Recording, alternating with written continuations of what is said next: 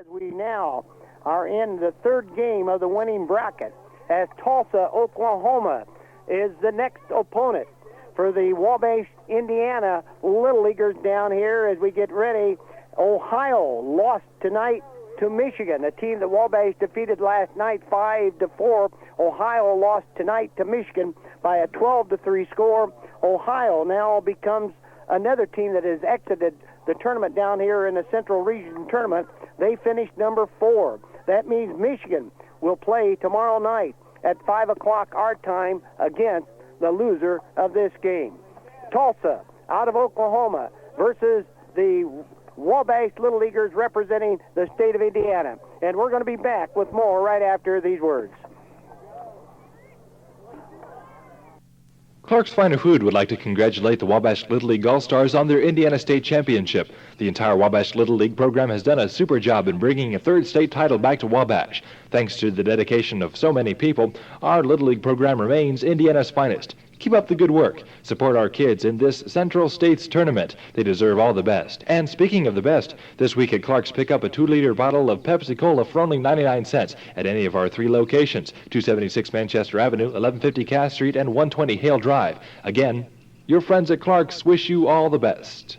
Congratulations to our Little League All-Stars from Fidelity Federal. Serving all of your financial needs, Fidelity Federal Savings Bank in Wabash. For more than 70 years, Fidelity Federal Savings Bank has provided their customers with the best in quality banking services. Insured savings and checking accounts, mortgage loans, auto loans, student loans, IRAs, plus competitive interest rates. So for all of your banking and financial needs, see Fidelity Federal Savings Bank, 1307 North Cass Street in Wabash. Member FSLIC. Washington Courthouse in Ohio. We're on Sparling. We are looking at Tulsa against the Wabash, and I'm going to let you give the starting lineups right now. Okay, Bill, for the visiting Wabash team tonight, representing Indiana, Kerry Tonovets will be leading off, playing right field. Brandon Baker bats second and playing second base. The pitcher tonight will be Brian Tayo. He's batting third. The cleanup hitter will be Jeff Holtz, playing first base. David Wiley is at shortstop. Ricky Zapata at third base. Derek Furness batting seventh in left field. Jeff Hodson batting eighth, playing center field tonight. And the catcher will be Josh Long, batting ninth. For the home team, the team from Oklahoma, the leadoff batter will be Brian Dinsmore. He's at first base. Paul Howell will be the center fielder, batting second. Batting third will be Luke Allen, the shortstop. The cleanup hitter tonight will be Kevin Flick, third base. Peter Schultz will be playing right field. Stephen Cameron at second base. Batting seventh will be Stephen Higbee, the pitcher. Neil Carroll in left field will be batting eighth. And the ninth batter will be Michael Gala, the catcher. And we'll be back right after these words with more from Washington Courthouse in Ohio. Wabash Trophy Center, located at the Shoppers Mart, says congratulations to our Little League state champions and good luck in Ohio. These best wishes to the Wabash All Stars, brought to you from the Wabash Trophy Center at the Shoppers Mart. For all of your trophy needs, it's the Wabash Trophy Shop at the Joy Christian Bookstore.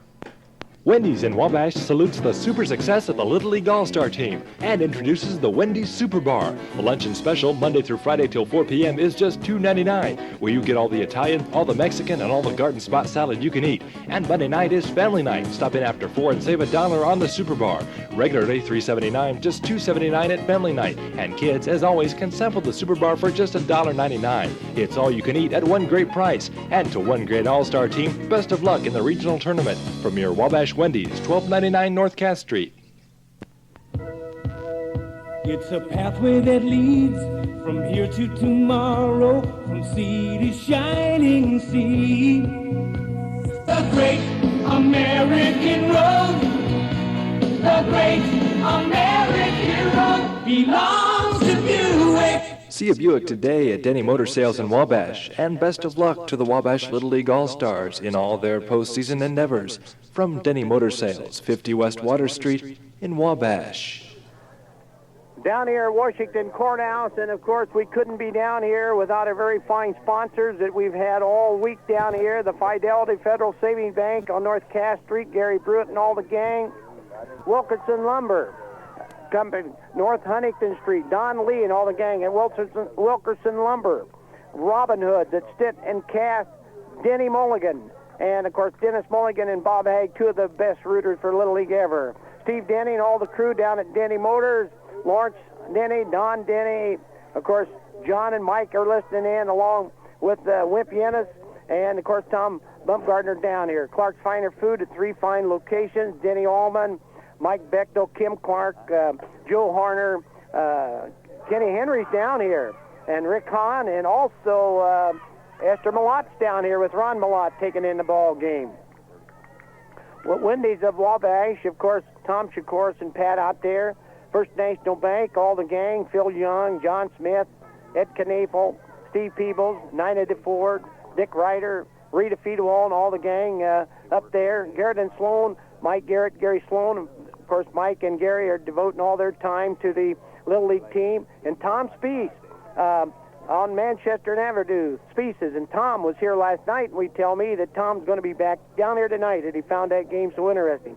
Well, it's Tulsa, Oklahoma against the Wabash representing the state of Indiana. And Ron, how were the Wabash kids today at the hotel? Hey, they were loose today. We had a good time. They laid around the pool. We had fights. We had everything going on. They were ready to go. Wabash went first warming up tonight, and they seemed real tight. Oklahoma just finished up, and I'd say both teams really struggled in warm-up. I'm kind of surprised, but they're tight. You know, they're both in the winner's bracket, and they'll both be ready to go here in just a minute. Well, it's a hot night down here in Washington Courthouse, Ohio. A great number of Wabash fans have moved in. Rick Baker, how many fans do you think are down here already? Just an estimate. Your guess is as good as anybody. I'd say about 250 probably. You had a good trip down? Had a great time. We spent the night over in Chillicothe last night and had a good time with the ball players this afternoon around the pool. And looking forward to a good game tonight, Bill. We'll be back with, we're going to have our final words before the opening pitch, and we'll be right back with that opening pitch right after these words. Congratulations on an excellent season to the members of the Wabash Little League All-Star team. Number 6 in the outfield is David Wiley, the son of Don and Cheryl Wiley. Number 7 is infielder Brandon Baker, the son of Mike and Kathy Baker. Number 8 is the catcher, Josh Long. Josh's parents are Walt Long and Becky Friend. Number 9 is the pitcher and outfielder, Kerry Tonovitz, the son of Bruce and Kim Tonovitz. Number 10 in the infield is Cameron Cook. Cameron's parents are Roger Cook and Gail Buzzard. Best wishes for the future from Mike Garrett and Gary Sloan of Garrett and Sloan Colonial Mortuary. Tom Spies on jeans. Now, Tom, everybody wonders, how do you sell your jeans so low? We buy a lot of them and are able to get them at a very good price, and then in turn, by selling a lot of them, we don't have to make quite as much. We're jean specialists. Jeans are a big part of our business. Yeah, sure they are. How do you decide which brands to buy and which sell the best? Well, I send my buyers into the marketplace, and they look everybody's over, and depending on what's hot, we try to stock the things that the people want. Yeah, sure you do. You run a big sale on an item, and you always seem to have such a big quantity, even though the sale's been going on for a while. How do you do that? Well, we only have one price. We stick our best price on the product from the word go, which should be better than everyone's, and we just sell thousands and thousands a pair at a good price. Yeah, sure you do. Ma'am, what's your problem? I'm just agreeing with you. I'm trying to give them the straight scoop. Yeah, sure you are. Spies on Manchester Avenue in Wabash. Millions of miles and millions of cars, more of them every year. They're riding on Kendall Motor Oil. That's what I hear. Racing champion Big Daddy Don Garlitz demands the protection of Kendall Motor Oil.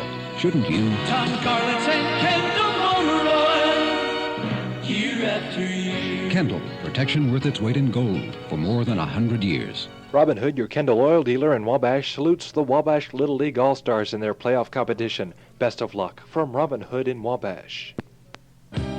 First National Bank in Wabash. We're the bank of a lifetime, the bank of a lifetime. The First National Bank in Wabash offers you convenience with more locations than anyone else. 3 in Wabash and the LaFountain branch, with their 24-hour transactor teller machine ready to help you deposit or make withdrawals any time of the day or night. The First National Bank. First National Bank in Wabash, with offices in Wabash and LaFountain. Member FDIC.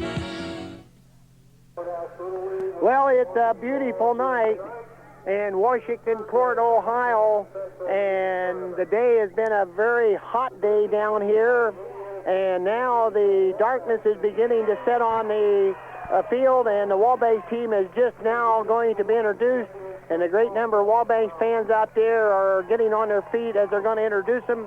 And Ronnie Sparling, of course, has said that both teams looked a little bit tight. Well, Ron, Michigan down here tonight defeated Ohio, the state of Ohio.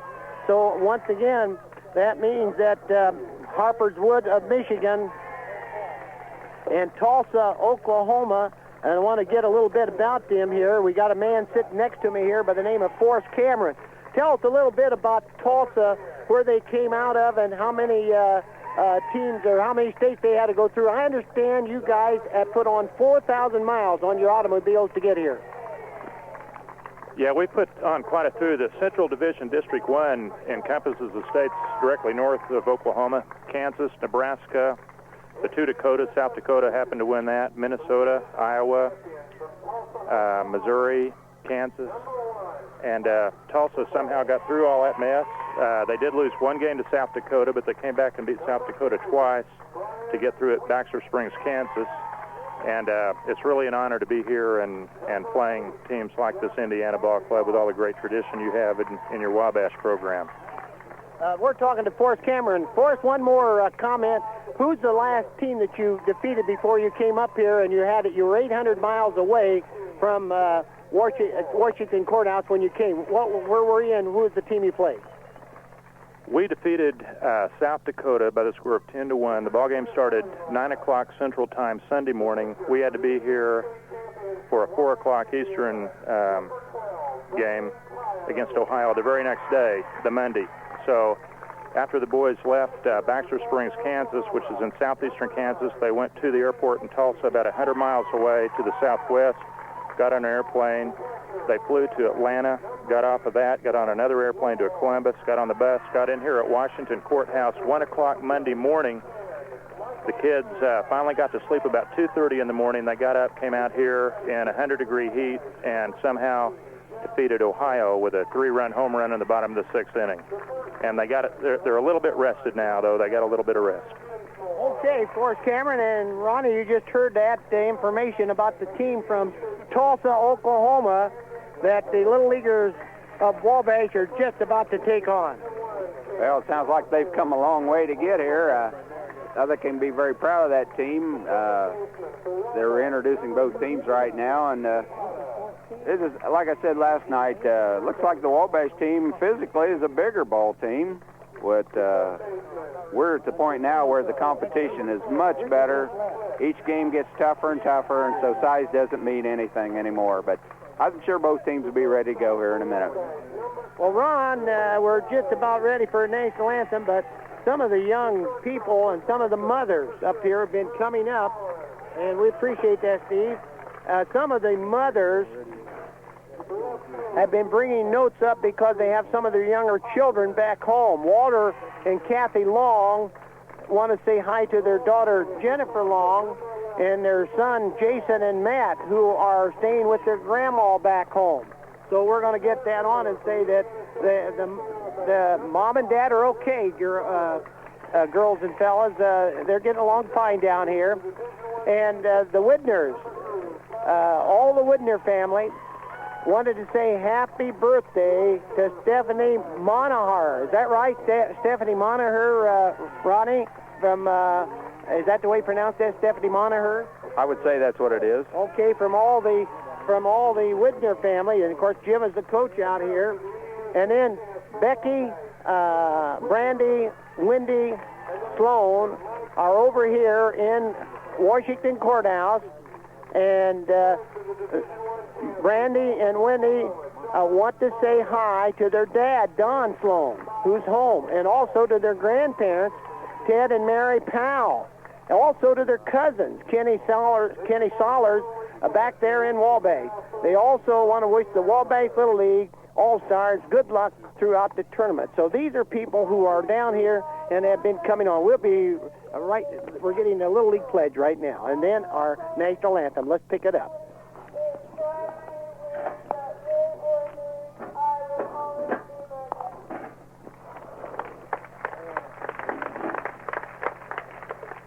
Ladies and gentlemen, we direct your attention to the flagpole in center field and ask you to rise and join us in singing the national anthem and remain standing for the ceremonial first pitch.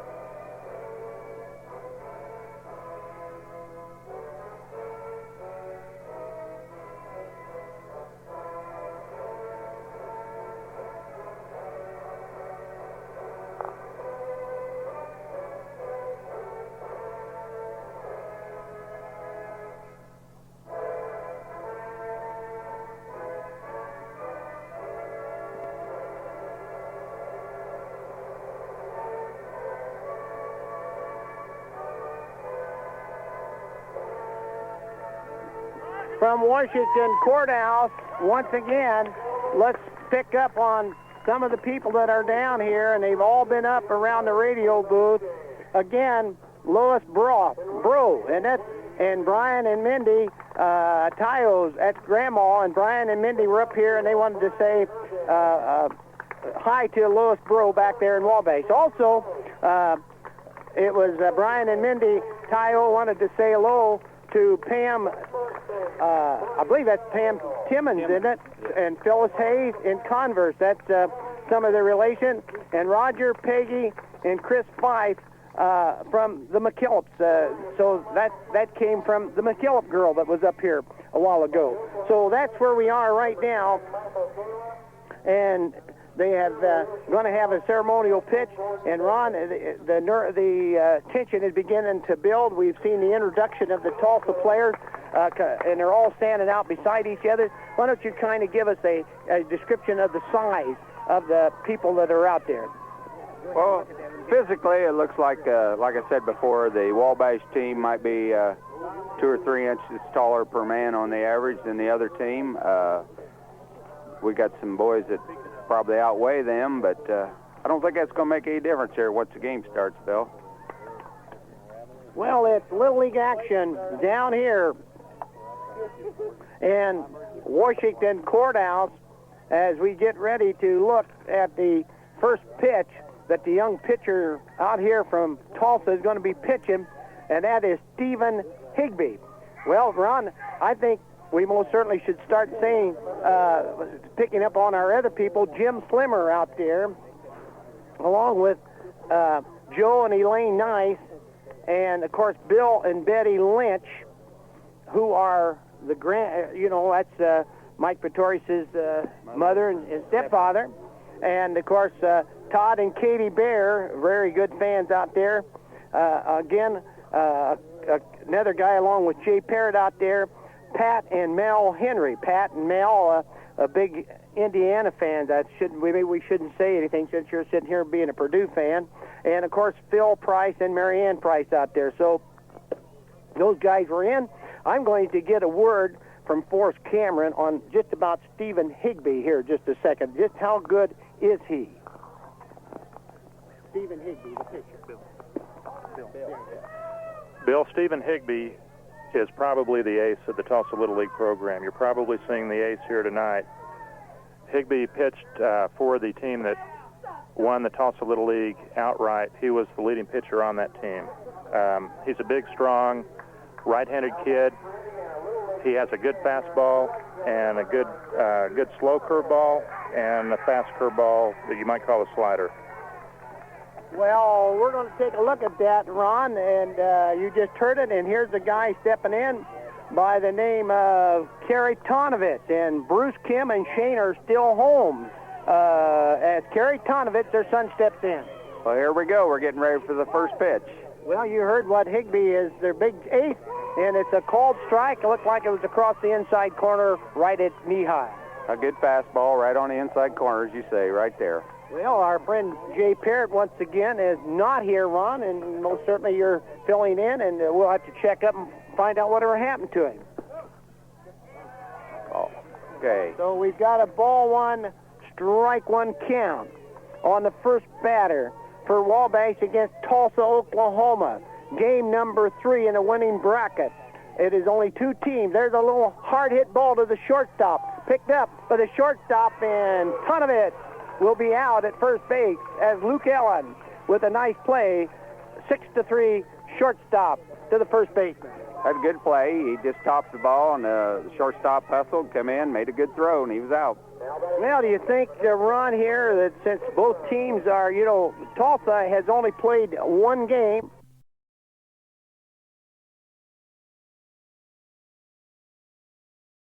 Higbee pitching to Michael Gallup. There is a high fly ball that could drop. Let's see if it does. It does for a base hit. Baker between the center fielder and the left fielder, and that ball, the fielders were a little bit deep, and that ball was hit too hard for the shortstop to come up with, but just not hard enough that either fielder could get over to. Yeah, that ball had eyes. It's just over the shortstop head and right between the left fielder and center field. Just a good clean base hit, and we got Brandon Baker on first with a lot of speed, and here's our man, Brian Tyo.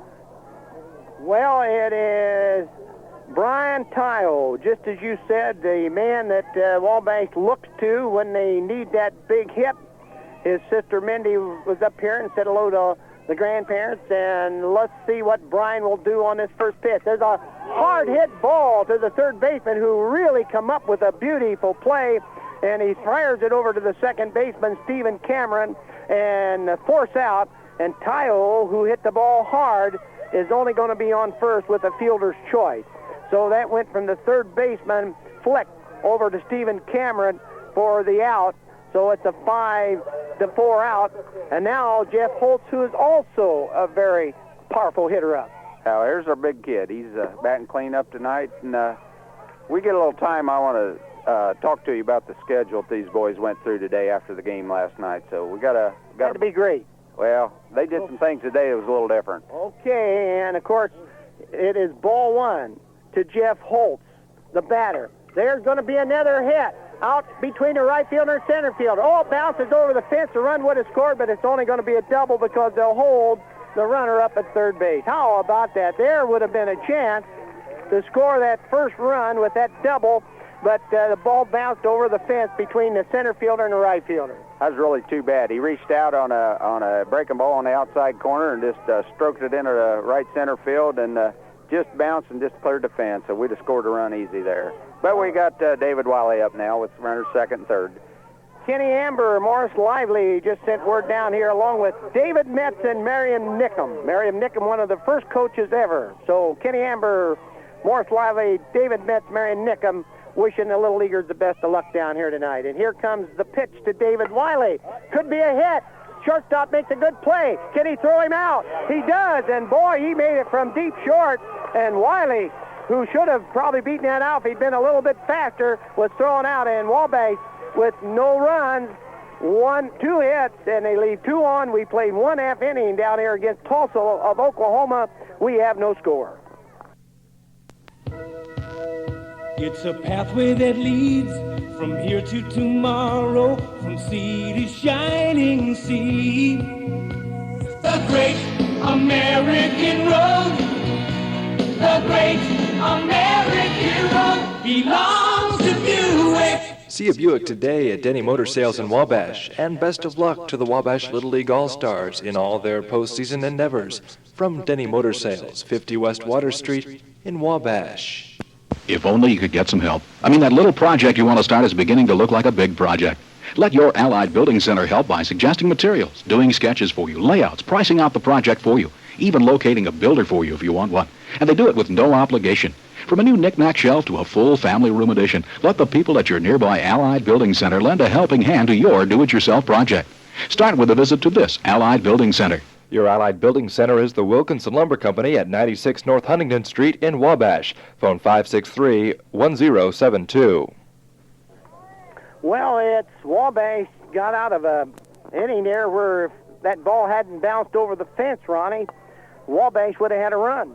Yeah, that was unfortunate there, but let me tell you one thing. You just saw a major league play by the shortstop. David Wiley hit that ball deep in the hole, and from the grass, he threw him out at first base with Luke Allen with a strong throw. That was a major league play. Well, that's very good to bring that up. And Dave and Donna Wilhelm send their best down here to the Little Leaguers, along with Thurman and June Maurer, and Jack and Mary Alice Miller wishing their best to the Little Leaguers, along with Tim and Jane Denny, and, of course, Lawrence and Beverly Denny. There's a good family of fans, and I don't, Tim and Jay, either one have been down, I don't think, all week. Well, Tim called me the other night, and he asked me if I was going to fly down for any games, and I said, well, we're going to try, and then we left a day early, and I didn't bring a big plane, so I didn't have time to call him time that I couldn't bring him, but I hope he's listening, and I apologize for not getting back to him. Also, tonight, along the route, we had Dale and Carol Weitzel who called in, Rick Feedwall, Merle Gamble back there, of course, Bob and Deanna Stauffer. You remember them real well. They even buzzed in there last night, and Deanna sang the national anthem. I think Rick Baker hired her out there and had some pretty good, and that, what's that, Steve Draper? Steve Schaefer. Boy, isn't he great? Well, so Deanna. But isn't Steve Schaefer, both of them are great. Both of them did an outstanding job. It was really a class act, and Wabash should be proud of them, too, for what they did out there for us. Well, we're going to take a look at a surprise out here on the mound. I'm going to let you tell them who it is. Well, we got Brian Tile going tonight. I don't know if there's any surprises about this Wabash team anymore, but he's ready to go. He's well rested. He hadn't thrown for a while, and he just threw a nice breaking ball for strike one. So it's all in the strong right arm of Brian Tile for the Wabash Little Leaguers against Tulsa out of Oklahoma. As we go tonight, I don't think Brian Tile has pitched since early tournament, and we'll have to find the official score out on that one because this is the first time. I don't think we've seen Brian at all, did we, down at Danville? I don't believe so.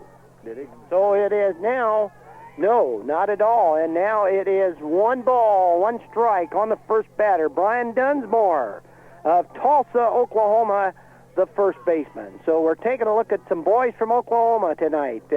And they're facing the little boys from Wabash, and there's one that got away, and that would have been a wild pitch. But it's just, well, what went on today? You said it had a lot of different activity. Well, if you remember, Wabash got 3 hits last night, and the coaches weren't real pleased. So they got the boys up at 8 o'clock, split them up into 2 teams, and they went and had batting practice this morning. Come back, swam for 15 minutes, rested, and they went back and had an hour's batting practice again this afternoon. So they've had a workout today.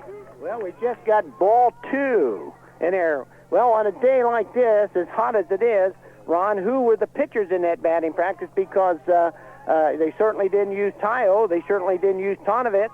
Well, we brought our batting machine with us, and the people over in Chillicothe were very... Here's a strike, and now the count is strike 3 by Brian Tyo as the first man up from Tulsa, Oklahoma, is a strikeout. The people over in Chillicothe have just been outstanding in helping us. We've practiced over there every day. We went over there, and they had the electricity and everything shut off. They were done with their season, and they went and opened things up. They've drug the field for us, and we took our own batting machine. They got us electricity on, and every day we've been having batting practice in the afternoons.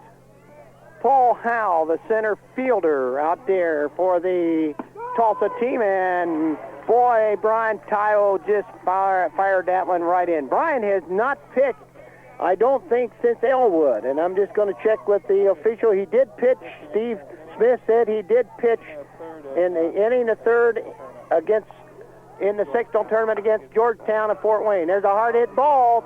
Wiley into deep short makes a nice play, but I'll tell you, that ball was hit too slow, and so Wiley really had no chance. There is a first base hit for the team from Tulsa, Oklahoma, by the center fielder, Paul Howe. Yeah, that ball was hit just about the same place the one that David hit to them, but not quite as hard, and David probably doesn't have quite the arm, but just wasn't hitting hard enough to really have a shot at him.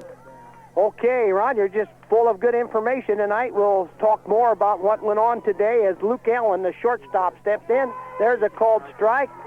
And again, Ed and Jane Hatton and Donna and Lenny Stout and Wayne and Phil Hall. And Wayne played on that state championship baseball team back in 1986. So here comes the pitch, and there's a little dribbler again. Now, Tayo can't come up with it, but he hits the ball, and everybody's going to be safe. We're going to have to give him another base hit in there. So Tulsa threatening in the first inning against the Wabash Little Leaguers with 2 hits, a single and a single. So it is 2 men on. The center fielder, Howell, is on second. Luke Allen, the shortstop, is on first. And Kevin Fleck, a third baseman. So we've had nothing but scratch infield hits, but they're Wabash now in trouble with 2 men on, 1 out. Well, we got a bad break there. The ball jumped up, and David Wiley at short thought Brian was going to get it, and he didn't, and David wasn't in position then to make the play. Now the story here becomes how about Brian Tayo and his pitches on... This is the kid that hit the home run. They beat Ohio. Okay, this is the young man that hit the home run. This is Kevin Fleck against Ohio on Monday night when they were 2 runs behind, and I should say 1 behind, and he hits a home run with 2 on, and they win 7-5. So they better take an eye on this young man, and the count is 1 ball, 1 out, 2 on. Well, we've got to bear down now and make some good pitches. The count's 2-0 now, and he's got to throw a strike, but he don't want to give him nothing too good. There's a strike, and he zipped that one in. What would you say Brian Tayo's strong point is? His fastball? He's got a decent fastball, and he's got a breaking ball. At times during the year, he struggled a little with control, but he's been a pretty consistent pitcher. He'll be around the plate. And here comes the pitch, and it's a hard-hit ball to Baker. He'll go to short. There's 1 out, and they didn't have a chance to double play. Well, it was to Baker, to Wiley, second baseman to the shortstop. Ron, I suppose that is the best play you could make. That way you at least cut off another man going to second, but the runner on second did go to third. So now we have Peter Schultz, the right fielder, up with runners on the corner with 2 outs in the bottom of the first. Tulsa, Oklahoma batting in there, and no score as we just got underway. Wabash had 2 men on, but were retired. And now big boy, Peter Schultz, steps up. He's the right fielder.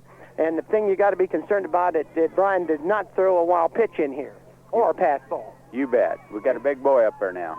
There's a foul strike. He's trying to check his swing, and we've got a strike 1 on him. So the tension mounts with every pitch, even though it's only in the first inning, when 2 teams in.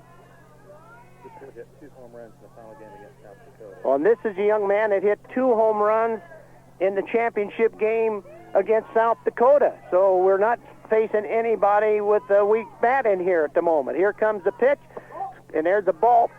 So I doubt if you're going to see any weak bats at this stage of the game, but here's a big boy. He looks real good. He's got a good swing, so we got to keep the ball down and out on him. Well, you know, the thing that we want to be concerned about is this is early in the inning. We don't want to give him a chance. There's a swing and strike, and tension mounts already as Tulsa, Oklahoma, and Wabash, Indiana, both teams in the winning bracket. And the team here that gets out of this one will be a big game tonight. You bet. You're in the driver's seat if you can get out of this one. So Brian Tayo with runners on the corner. 1 ball, 2 strikes. High inside, ball 2. Oh, man alive. The tension mounts even in the first inning of a game like this because every pitch, everything counts down here tonight. All the marbles are on the table. And Brian Tayo is the man that Mike Pretorius is banking on. Here comes the pitch. Strike 3, we're out of the inning. So there's no runs, 2 hits, 2 left on. We played through 1, and there's been no score down here in Washington Courthouse in Ohio.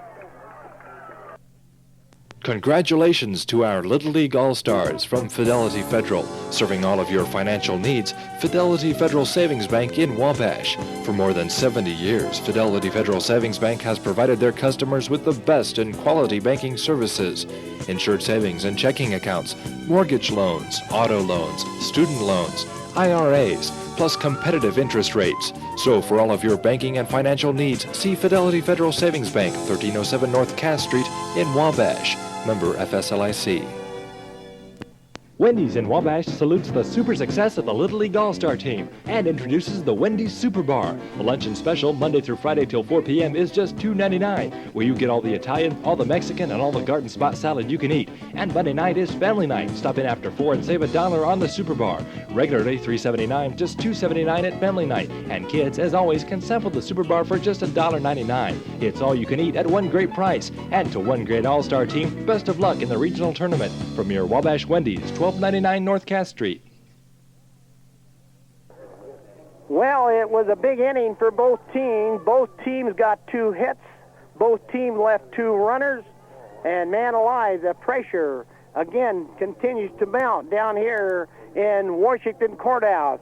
And again, we most certainly want to say thanks for all the notes we got. Herschel Slaughter up there with Claude Stevens, Bob and Mitzi Pilgrim. Here's a very good friend, Ova and Ava Cuervo. You remember Ava? You probably had her in class out there. She was a Spanish teacher of mine. And, of course, Dick and Ellen Thomas are listening in. And now, Rick Zapata. Well, Ron, it was a busy first inning. Both teams had runners on, but did not score. And here's Ricky Zapata stepping in here. So Tulsa, Oklahoma 0, Wabash 0, and we're starting the top of the second inning in the winning bracket down here in Washington Courthouse in Ohio. We got to get our bats working now. We had a couple hits, but let's get the big hits. Okay, and Ricky Zapata takes a strike 2 count, and he was swinging away at it. Well, satisfied with the pitch by Brian Tayo in that first inning?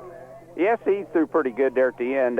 He got by with that last one. The boy swung at a high fastball, but he got us out of the inning. Here comes the pitch, and it's ball outside. Just got a word that Clark's Finer Food, Joe Harner up on Manchester Avenue, they had Nabisco, and some of them had a big brand new 2-bike, I guess speed you call them, and they draw it, and guess who won it? One of the Little League players, Jimmy Wallen. All right, he'll be happy to hear that. He'll have a new bike when he goes home. All right. How about that? Here comes the pitch to Ricky Zapata high.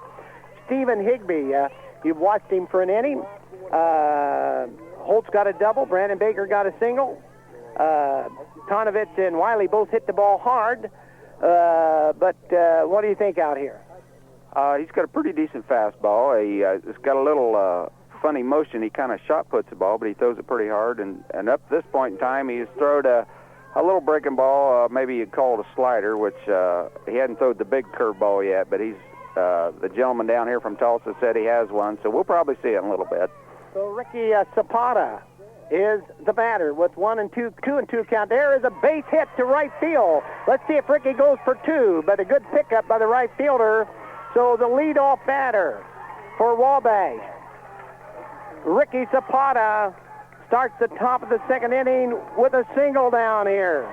Derek Furness playing center field. The only left-handed batter we have on the team will be stepping in to bat down here. Well, Roger Penning, Dave Metz, and the mayor, Dallas Winchester, and Pat Lutz up there, and Nancy Bell, 250 Chamber of Commerce members wishing their best for the Little Leaguers down here tonight. Well, it is ball 1. It's nice to have Ricky Zapata on base with no outs, as he's the guy that scored that big run last night against the state of Michigan. And there's a foul strike by Furness. Okay, yeah, Ricky got a nice hit down the right field line. The right fielder got a good jump on the ball. He got over there and cut it off because Ricky had been on second or third because he could be the fastest guy on the field tonight. So the situation is this. We're just in the top of the second inning. There's been no score, but Wabash again has a leadoff batter on. And again, a foul strike in there by Derek Furness. You said they had hitting practice twice today. One thing I've noticed, Ron, so far in the whole tournament all the way, Wabash doesn't do much bunting. That's a little bit of a surprise because they work hard on it every day, every hitting practice. I'd say 25-30% of their time is working on bunting, so they can do it, and they'll find the opportunity here in a little bit. Okay, and the pitcher, Higbee, gets set. Here comes the pitch, and it's swinging. Strike 3. They said it was a foul ball, so that's a break for Wabash in there. So it is a foul ball on the batter, and Furness gets new life with a 2-2 count, 1 on, no outs. Higbee, the pitcher, he's the strong arm of the Tulsa Little League team, who are 800 miles away from Tulsa, and he just struck him out. So Ricky Zapata made a move to go to second, but he stayed in there, forced the catcher to throw it down, but Derek Furness is out with a strikeout. Now we got a little batter by the name of Jeff Hodson coming to the plate, and of course Robert and Bonnie Douglas down there in Peru are listed, along with Curly and Thelma Hodson. And what about Jeff? Jeff played for the Red Sox this year, and he's pretty consistent getting the bat on the ball. Boy, they just saw a nice stop of the catcher on the ball in the dirt. We've seen a lot of good plays by the catchers this year, this tournament. The catcher last night that we saw saved several runs by making a good plays, and you just saw a good one there. Ball 1 on Jeff Hodson there on that ball in the dirt. Well, their catcher took time out here on us, and he went out to the mound. Ricky Zapata on first. We're in the top of the second. There's been no score yet in this ball game. Both teams threatened in the first inning. Baker doubled, and Holtz, I should say Baker singled, Holtz doubled, but the ball, Baker actually would have scored. There's a swing and strike by Jeff Hodson had the ball not bounced over the fence, but the ball bounced over the fence, and Baker had to stop at third with an automatic double to Holtz. Yeah, definitely. Brandon's probably the second fastest man on the team. He would have scored easy, but unfortunately the ball bounced over. Well, Jeff has hit a home run in this tournament. There's a called strike on the outside corner. So now Jeff with Ricky Zapata on first base with 2 strikes on him. So let's see here what if Wabash can get this hit and improve. They've got 3 hits by Jeff Hodson, and now we have 2 outs in the top of the second with the runner on, and Josh Long. Josh Long becomes the batter. We just saw a nice play by the second baseman. The ball was hit real hard, but we saw even nicer play by Ricky Zapata getting back to first, because he kind of thought the ball was going over his head, and then he was caught out there in no man's land, and his speed got him back to first to prevent double play. Well, Josh is up, and Josh hits a little dribbler. Now, if the third baseman is going to play it, he does. Comes up with a well, and Wabash has been retired down here in the second inning after Zapata led off with a single. He dies on first. No runs, 1 hit, 1 left on. We played 1 1/2 innings, and it is no score between Tulsa out of Oklahoma and Wabash representing Indiana. Clark's Finer Food would like to congratulate the Wabash Little League All-Stars on their Indiana State Championship. The entire Wabash Little League program has done a super job in bringing a 3rd state title back to Wabash. Thanks to the dedication of so many people, our Little League program remains Indiana's finest. Keep up the good work. Support our kids in this Central States tournament. They deserve all the best. And speaking of the best, this week at Clark's, pick up a 2-liter bottle of Pepsi Cola for only 99 cents at any of our 3 locations, 276 Manchester Avenue, 1150 Cass Street, and 120 Hale Drive. Again, your friends at Clark's wish you all the best. Your Bank of a Lifetime First National in Wabash has an investment of a lifetime for you, the new Rate Riser CD. The Rate Riser CD from the First National Bank lets you take the advantage of high interest rates that come with longer-term certificates, but it doesn't lock you in if rates go up. The First National Bank Rate Riser CD gives you the one-time opportunity to raise your interest rates during the term of your certificate. All the while, you get the safety and security of the First National Bank in Wabash. The Rate Riser CD from the First National Bank in Wabash, member FDIC.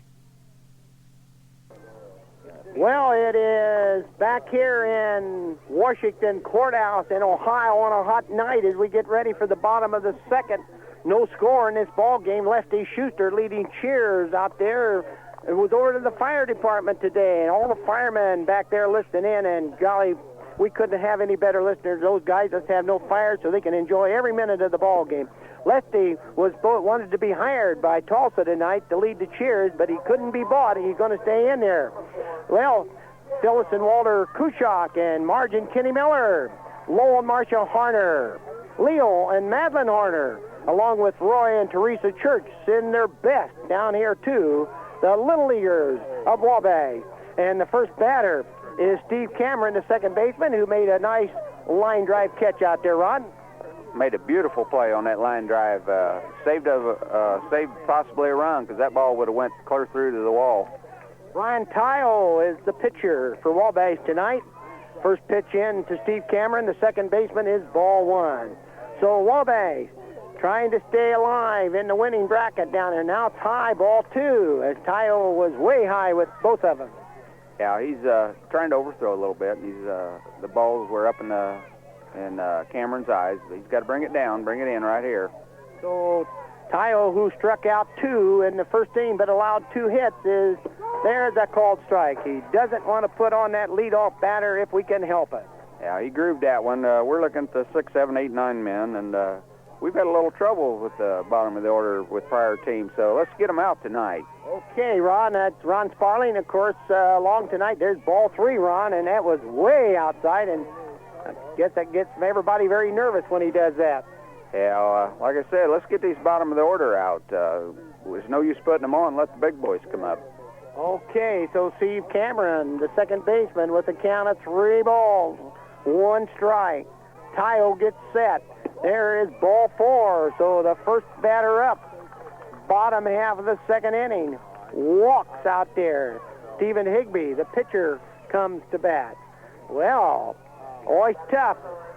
And makes it a tough inning when the score is tied and we have no runs in for either team, and the leadoff batter gets on with a base on ball down here in Washington Courthouse in Ohio. Dr. Wells is in down here with his family tonight. Drove all the way down just to see this ball game and said hello as he went by.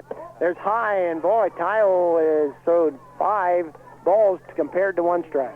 Yeah, he's up in the batter's eyes here. I don't know whether he's not following through right or reaching out or what, but he's throwing real hard, but the balls are extremely high.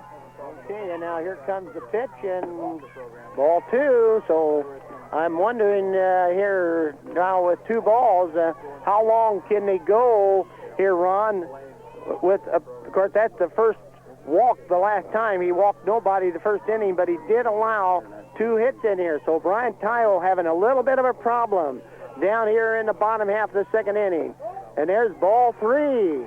So now the Wabash Little League in trouble only with the fact that base on balls, or I should say just 1 walk and the next batter with 3 balls. Yeah, he's got 7 balls out of 8 pitches this inning, and we've got to bear down and get these guys out, or Mike will be taking a look at somebody else. So Brian Tile, who has not pitched since the Fort Wayne team, and now it's ball 4, and let's see if we get a timeout here, as Tile now has walked the first 2 batters, and I believe it looks like Mike Pretorius has come out, and it looks like we're going to possibly see what he's going to say here. So what do you think? There'll be a change, Ronnie? Well, he might give him 1 more batter, but Brian's got to bring the ball down.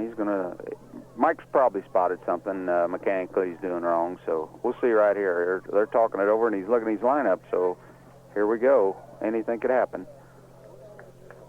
So Mike Pretorius is out talking to Brian Tile and Josh Long. Brian looks like they don't want to take a chance, and they're going to call Tonovitz in. So Tonovitz will warm up. Let's go back and pick up some of our sponsors, and we'll be right back. We have a change of pitchers in the bottom of the second. No score, but 2 runners on and no outs for the Wabash Little Leaguers. We'll be back.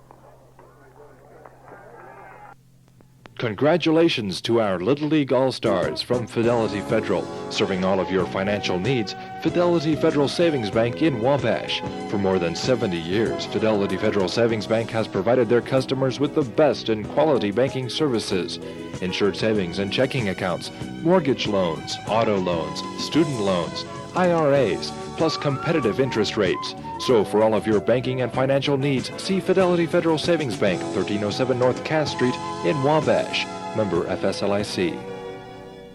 Clark's Finer Food would like to congratulate the Wabash Little League All-Stars on their Indiana State Championship. The entire Wabash Little League program has done a super job in bringing a third state title back to Wabash. Thanks to the dedication of so many people, our Little League program remains Indiana's finest. Keep up the good work. Support our kids in this Central States tournament. They deserve all the best. And speaking of the best, this week at Clark's, pick up a 2-liter bottle of Pepsi-Cola for only 99 cents at any of our 3 locations, 276 Manchester Avenue, 1150 Cass Street, and 120 Hale Drive. Again, your friends at Clark's wish you all the best.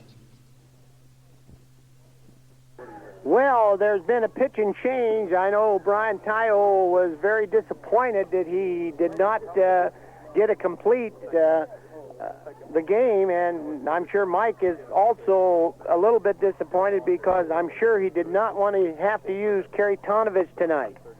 Well, I'm sure of that too, but you know, we got 3 pitchers out here that we can use, and Kerry will come in here and do us a good job.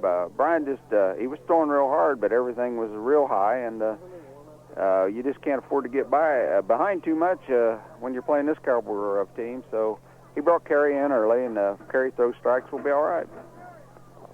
So with the 8th man in the order, Neil Carroll coming to bat, Kerry Tonovich has replaced Brian Tyo. Brian, in his innings pitched, which actually I guess you go back and say he pitched only 1 complete inning. He got no one out, so he allowed 2 hits, 2 bases on balls, and struck out 2 in his innings pitched. That's correct, Bill, but he'll still be counted as pitching in 2 different innings as far as the scoring for the keeping track of the actual official score. Right. Okay, here comes the pitch, and it's a called strike as Kerry Tonovich. Well, Kerry Tonovich's mom has surgery, Kim, and she got along fine, but she can't travel, and she will be down if this continues on. And as I think there's going to be a bunt, it's going to go foul. So they got the batter, Neil Carroll, the left fielder, now with 2 strikes, with 2 on. Bottom of the 2nd, Tulsa, Oklahoma batting. Again, the pressure once again on the little guys out of Wabash. Yeah, it sure is, but the same pressure's on Tulsa. Brian just put a couple guys on, and Kerry's bearing down now, and he's got an 0-2 count, so we're ready to go. Kerry Tonovich in replacement. There is a pitch, and he fouls this one off. So it still remains 2 strikes on the batter. The number 8 hitter down here for Tulsa, Oklahoma, against the Little Leaguers from Wabash, Indiana. As Tonovich gets set, and he throws it away, and both runners will advance. And boy, what a tough pitch that was. Yeah, we don't need that. That ball was 3 foot outside and in the dirt. And Josh didn't have a chance at it. He just tried to overthrow it. It goes as a wild pitch from the official score. So now both runners have advanced.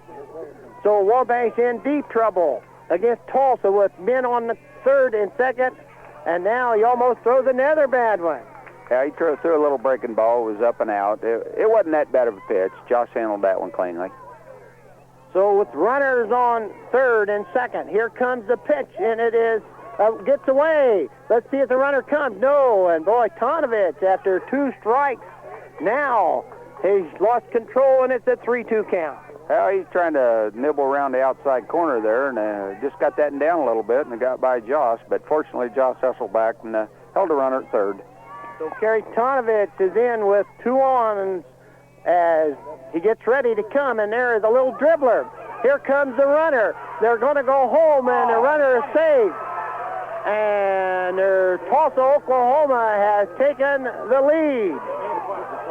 Well, there wasn't much that he could do. The ball was hit very slowly, didn't go more than the 3 steps out in front of the plate. The runner was on the way. The question is, did he leave early? And he didn't, and Tulsa takes advantage with those 2 walks and now leads Wabash 1-0. Yeah, that was a tough play. Kerry hustled in, fielded the ball cleanly, and I think Josh thought he was going to go to first base, so he wasn't really awake on that one. They might have had a play at home. Okay, and of course you can't, how do you score that? A fielder's choice, so that is not a hit, but Tulsa takes the lead of 1-0, and there's no outs and runners on the corners, first and second, and the 9th batter in the order, stepping in Michael Galla. So Galla is up. Here comes the pitch, and it's a called strike, and there goes the runner. Now, let's see, they've got him trapped, but here's the guy on third. Let's see what they're going to do. Walk him back. And now let's see what they're going to do. Okay, he goes back to second. So, well, you want to say what went on out here? Wiley and the runner on first were kind of playing tag.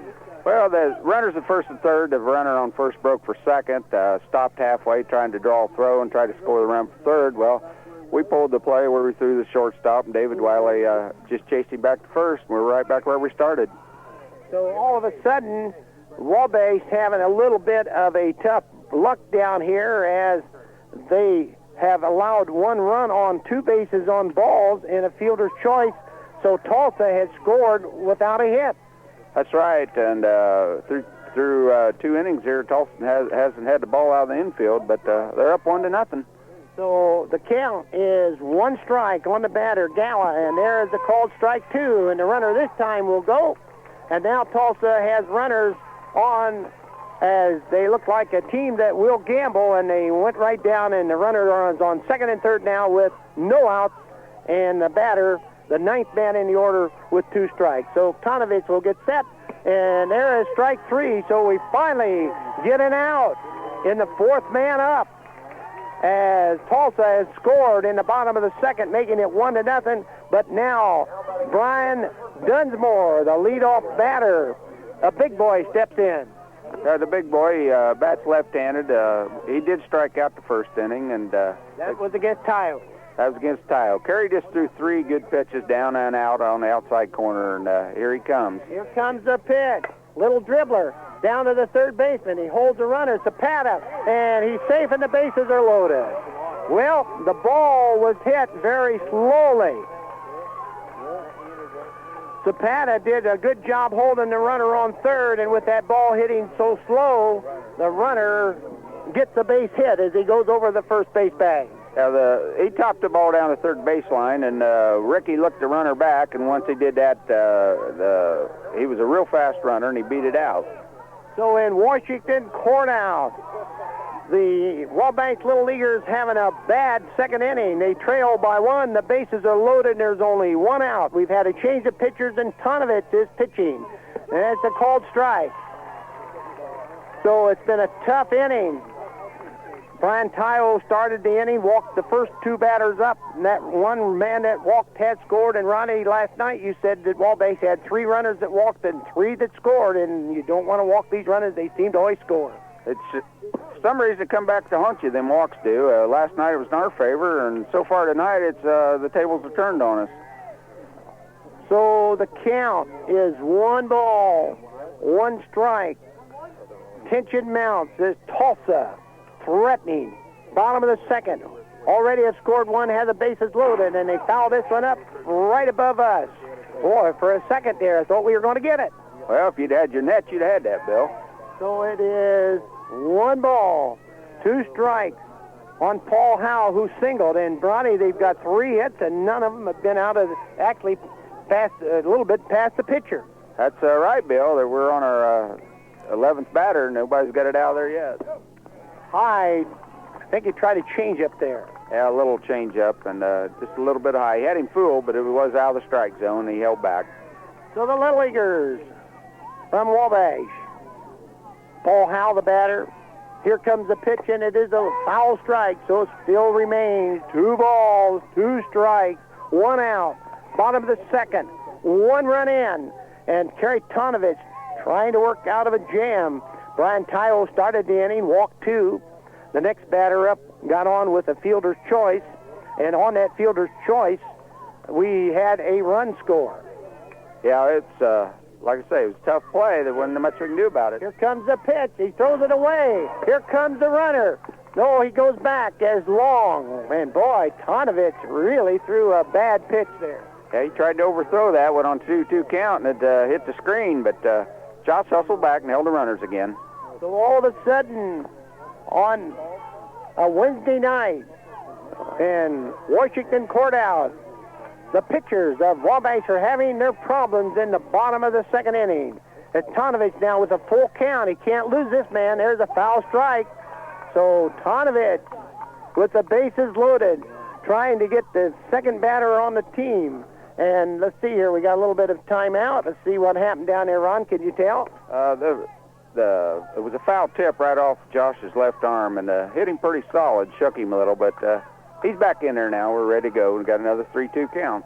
So Josh Long, the catcher. Well, excitement down here in River City, as Wabash is trying to bail himself out with the Tulsa, Oklahoma team, who has only played one game down here, and that was on Monday when they defeated the team from Ohio. They lead 1-0, and here comes the pitch, and it is a little foul strike again. So Tulsa not giving up here with the bases loaded. That's Paul Howe.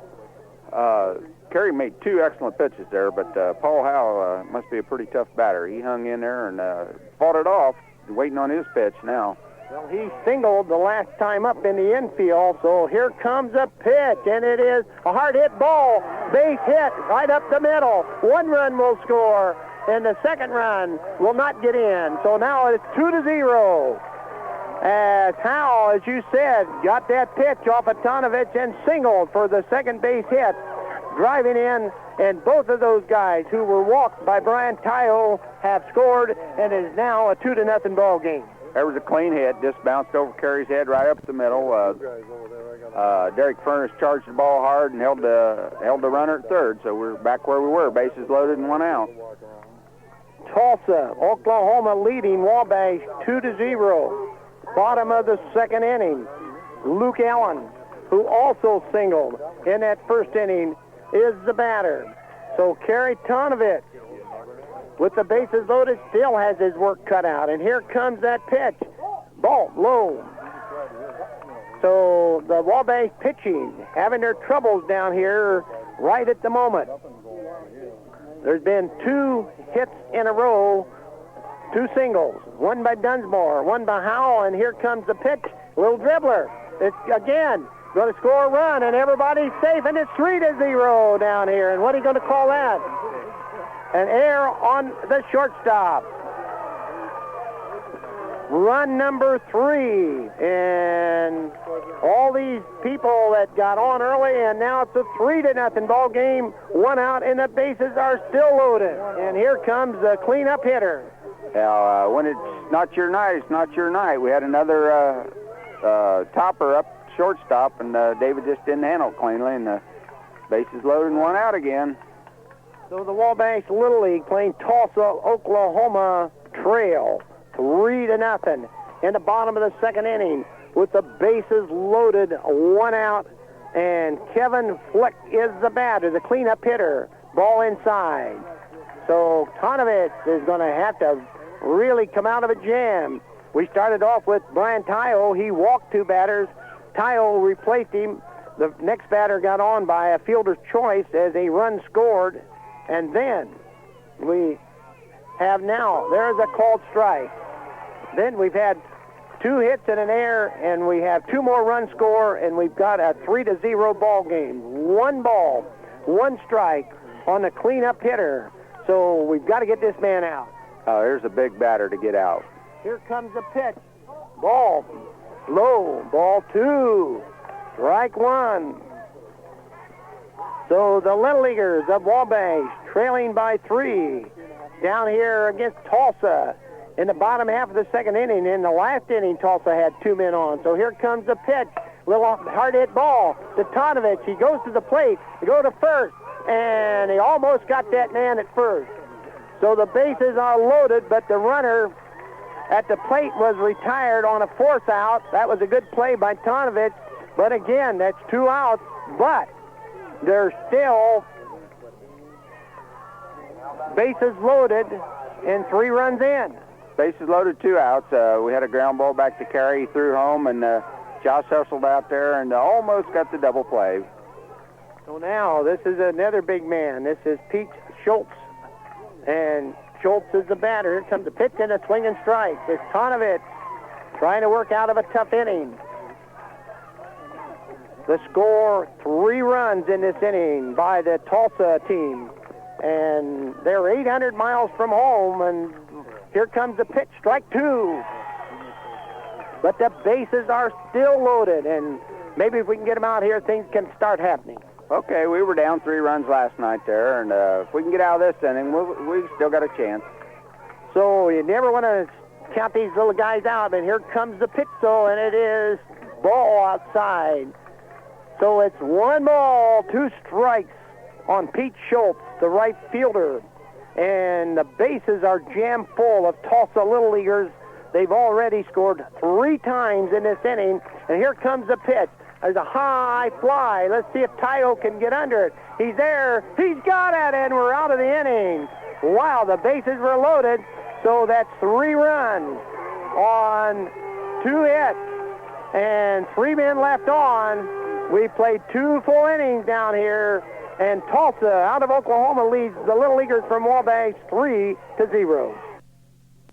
Mike Garrett and Gary Sloan of Garrett and Sloan Colonial Mortuary would like to recognize the members of the Wabash Little League All-Star team.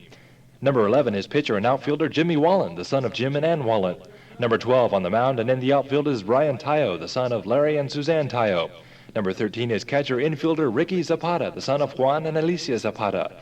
Number 14 in the outfield is Troy McKillop, the son of Dennis and Judy McKillop. And number 15 is pitcher and infielder Jeff Holtz, the son of Carla Holtz. Congratulations on a job well done from your friends at Garrett and Sloan. Tom Spees on jeans and people who have never shopped Spees. Well, I think a customer who's never shopped my store, I think I would want to convey to them that there is a better place to buy their denim products than where they're buying them. They can buy their jeans from me for less money with a greater selection, and that's our strongest point. I'm not going to come on and say, yes, we've got them for not very much money, but we've only got 200 pair per store. My idea was, let's get a pair on every woman in this community who wants them, and then let them decide for themselves if I'm not a better place to shop. Or are we just going to let 100 people have them and say, well, I got them, but now they're back up to $25. You know, that's not fair. I want to promote jeans in this community. That's the whole thrust of my new music video. Is I'm a jeans man, baby. Spees in Fort Wayne, Marion, and on Manchester Avenue in Wabash. Well, we're back down here, and of course the fans continue to send their best down here. Gary and Pam Hugg, Martha and Homer Purdy, Don and Shirley Fansteel, and Judy and Joe Slation wishing their best to the Little Leaguers. And the Kerry Tonovich is the leadoff batter up here as Wabash trailing by 3 in the top of the 3rd. Try to get back in this ball game, Ron, and I think we will. You bet. We'll get our bats going here. They've settled down. They've made their mistakes, and so far they've got the bat on the ball, but they've hit them at somebody, and the other teams hit them where they weren't. There is a little looper by Tonovich, but the right fielder is under it and has it, and we've got 1 out in the top of the 3rd inning. Thought for a minute there that could drop in, but the right fielder was playing in just close enough that he got over to it. Yeah, the right fielder got a good jump on the ball. It looked like it was going to drop at first, but it carried well, and the right fielder made a nice play. Brandon Baker, who singled, steps in. Top of the 3rd. Wabash trailing by 3. Tulsa, Oklahoma is the team that is out in front. Tulsa, who did not play last night, drew the bye, remember, as they played the team from Ohio and defeated them with a home run in the last inning and was off last night. Wabash, of course, defeating Illinois, and then last night defeating Michigan. And, of course, Michigan did put Ohio out of the tournament tonight. There's a foul strike. And that score tonight was 12 for Michigan, 3 for Ohio. So Ohio finishes 4th in the tournament. Illinois, of course, was out last night. They were 5th in the tournament. And the only two undefeated teams in the tournament are playing each other right in front of us, Tulsa and Wabash. And at the moment, Tulsa leads Wabash, Indiana, by 3 points, or 3 runs, we should say, 3-0. Here comes the pitch to Brandon Baker, and it's a swinging strike 2. Heard a fastball right down the middle. Brandon was just a little out ahead of it. Had a good swing, but he just missed it. So the Little Leaguers of Wabash here trying to get back in this ball game down here. They trail by 3. We're in the top of the 3rd. And Brandon Baker with a count of 1 and 2. There's a little dribbler. See to the shortstop. Picked it up. Nice play by the shortstop. And he's thrown out. So that shortstop has got a mighty strong arm over there. There's a class ball player. There's a little dribbler just like we've been hitting, only he hustled over there and fielded cleanly, and a good strong throw got Brandon. So now Brian Tyo steps in, but no one on. And Brian, who has hit 9 home runs in his trail down here, and we're hoping that Brian can get something started here with 2 outs, and Wabash trailing by 3 in the top of the 3rd inning. Here comes the pitch. There's a grounder down the first baseman. It is foul. Looked like he got around that on just a little bit late.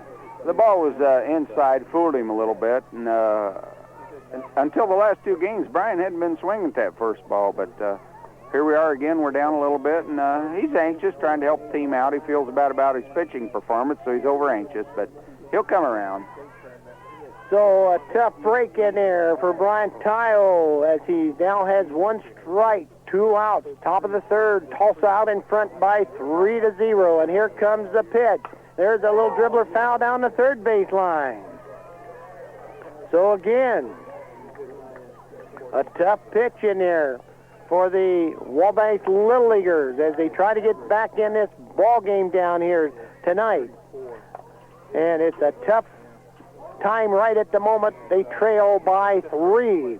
So Brian Tyo with a count of 2 strikes. Here comes the pitch, and here is strike 3, and Tulsa out of the inning. No runs, no hits, no one left on. We played 2 1/2 innings down here at Washington Courthouse in Ohio on a hot night, and Tulsa leads Wabash 3-0. Millions of miles and millions of cars, more of them every year. They're riding on Kendall Motor Oil. That's what I hear. Every year, more Americans demand the protection and quality of Kendall Motor Oil. Shouldn't you? They're riding on Kendall Motor Oil year after year. Kendall, protection worth its weight in gold for more than 100 years. Robin Hood, your Kendall Oil dealer in Wabash, salutes the Wabash Little League All Stars in their playoff competition. Best of luck from Robin Hood in Wabash. It's a pathway that leads from here to tomorrow, from sea to shining sea. The great American road, the great American road belongs to Buick. See a Buick today at Denny Motor Sales in Wabash, and best of luck to the Wabash Little League All-Stars in all their postseason endeavors. From Denny Motor Sales, 50 West Water Street in Wabash. Well, we're going into the bottom half of the 3rd inning down here, and the fans haven't given up on those Wabash guys because Bob and Ruth Ellen Tyner, Tom Harden, and Earl Lester, along with Bernice Higley and Burnett Woodward, all have wished their best to the Little Leaguers down here, as have Fred and Ann Hofer and Al Rudick and Gene saying, get going, get those runs back. Well, Ron, 2 innings. Okay, they've had 3 runs on 4 hits. They've had 2 base on. We've given them 2 base on balls. They've left 5 on, but out of the 4 hits, 3 of them were infield type. So they're getting the breaks, and we're not right at the moment. Terry Tonovich is facing Peter Schultz, the only man who did not bat, I believe, in the last inning, or is he the one that made the last out? They batted around. So the man batting is the leadoff batter, and that is Stephen Cameron, who walked and scored run number 1 for Tulsa. Here's the man who started off last inning with that base on balls off of Bryan. So let's start off this inning different. Here comes the pitch. There's a swing and strike. And now it is 1 strike, or I should say 2 strikes. And Stephen Cameron, the leadoff batter, the second baseman, in bottom half of the 3rd inning. Tulsa out in front, 3-0. Here comes the pitch, and it is outside. So I suppose on a 2-0-2 count, Kerry's going to throw something different there. Well, he tried a little breaking ball on the outside corner, and it got it just down a little bit. Now, we've got a different strike zone we had last night. Last night we were getting the big corners on the outside and the inside, and he shrunk it down a little bit in the middle. Tonight's the other way around. Strike 3 for 1 out in the bottom of the 3rd inning down here in Washington Courthouse in Ohio as Tulsa is batting, and at the moment they lead the Wabash Little Leaguers by 3 runs, and coming to bat now is Stephen Higbee. Stephen also picked up a walk. He also scored a run, the second run that they have. Okay, here's the pitcher. He, like you say, he was the second man up last inning, and he also walked and came around to score, so we got to get him out, too. Here comes the pitch, and it's outside, ball 1. In the first game down here tonight, it was Michigan scoring 6 runs in the 5th, 4 runs in the 6th, after they were behind 3-2, and went on and defeated Ohio 12-3 down here tonight. So anything can happen, as we just pointed out, in the last 3 innings. Yeah, that's right, Bill. No run's too big when you get to this competition. So it is now 1 ball, 1 strike. Stephen Higbee is the batter. And it looked for a minute there that Ohio had that game pretty well sewed up. They brought the big bats out there in them last 2 innings. There's a little dribbler. Baker over at second, up with it, down to Holtz. 2 outs in the bottom of the 3rd inning for Tulsa, as Tonovich now begins to bear down. Okay, he's making them good pitches now. The breaking ball is moving a little, and he's keeping them in and out, and but around the strike zone, and it's tough to hit them outside corners. So it is Neil Carroll, the batter. It is 4 hits we have on 3 runs. 3 runs on 4 hits down here for Tulsa. And it's the base on balls and the fielder's choice that really hurt down here in the 2nd inning. And things just didn't go well as Brian Tayo walked the first 2 batters. Yeah, that last inning, we just got started off wrong, and they had a couple toppers and got us some runs out of it. Tonovich is in, and Tonovich now trying to keep the team scoreless, see if they can get back in here. We just mentioned the fact that Ohio had the lead going into the 5th inning against the team. There's a hard hit ball. Zapata tries to come up with it, doesn't, and we'll see what the official score calls that. They call it an error on Ricky Zapata, and another runner is on for the Tulsa, Oklahoma team as Michael Galla, the catcher, comes to bat. Okay, he hit the ball real hard. Ricky dove. It did hit right in his glove, but it popped out. He could have made the play, but it was a hard-hit ball. Well, Ricky Zapata's 2 sisters and the brother-in-law are wishing Ricky and the Wabash Little Leaguers their best. Well, the catcher had all of his equipment on, and he had to take it all off. And now it is 2 outs, a runner on, and Michael Galla is the batter. So Michael, with runner on, has the first one called strike 1. So it is strike 1 to Michael Galla. It is 3-0, and Wabash out of the inning. Here comes the pitch, and it is strike 2. So there's 2 strikes, 2 outs, and the 9th batter, the catcher, Michael Galla, is up as Tonovich will try to get him out. Here comes the pitch, and he fouls it off. Looks like he's coming right at you there, Ron Sparley. And, of course, I have a feeling that probably your dad might be listening out there. Dick, he's quite a sport fan. Yeah, he'll listen for a few innings. And it is now a count of 2 strikes. And here comes a pitch. Oh, low and outside. So it's ball 1. 2 strikes, and all of a sudden the score finally goes up on the scoreboard. I guess the scoreboard wasn't paying attention there at this batter, but Ricky, inside to Gala. So Brian Tyo, who started, being relieved here by Kerry Tonovitz, and Tonovitz now has a runner on with an error and a 2-ball, 2-strike count.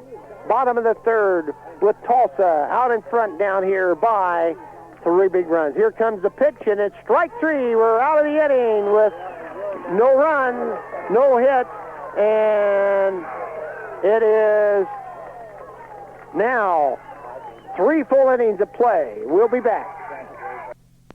You have a project around the house that needs doing, but you're afraid to tackle it, worried that you'll get started and not know what to do. Well, the answer is as close as your nearest Allied Building Center. They're there to help you do-it-yourselfers. Helpful hints, suggesting materials like what kind and how much to buy. They'll do sketches for you and layouts, and they'll price out the project for you. Locate a builder if you want one, and consult with you, all with no obligation. So get going on your project, and start with a visit to this Allied Building Center. Your Allied Building Center is the Wilkinson Lumber Company at 96 North Huntington Street in Wabash. Phone 563-1072. Wendy's in Wabash salutes the super success of the Little League All-Star team and introduces the Wendy's Super Bar. The luncheon special, Monday through Friday till 4 p.m. is just $2.99, where you get all the Italian, all the Mexican, and all the garden spot salad you can eat. And Monday night is family night. Stop in after 4 and save $1 on the Super Bar. Regularly $3.79, just $2.79 at family night. And kids, as always, can sample the Super Bar for just $1.99. It's all you can eat at one great price. And to one great All-Star team, best of luck in the regional tournament. From your Wabash Wendy's, 1299 North Cass Street. Well, right back down here, it is, of course, Hank and Sandy Selmer, of course, wishing their best, along with some of the other people down here, John and Maxine Peebles, Ronnie and Joyce Peebles, Levon Sparling, Ovid McKinley, Eldon Landis up there, Jim and Barb Davis, but Ronnie, we're down here also where Les and Mary Weitzel said, hey, get those bats going. Get going down here. And the Wabash Women's Bowling Association all tuned in, wishing their best down here to the Little Leaguers from Wabash. Well, right now is a big inning as we go into the top of the 4th inning with Jeff Holtz coming to bat and Wabash trailing by 3.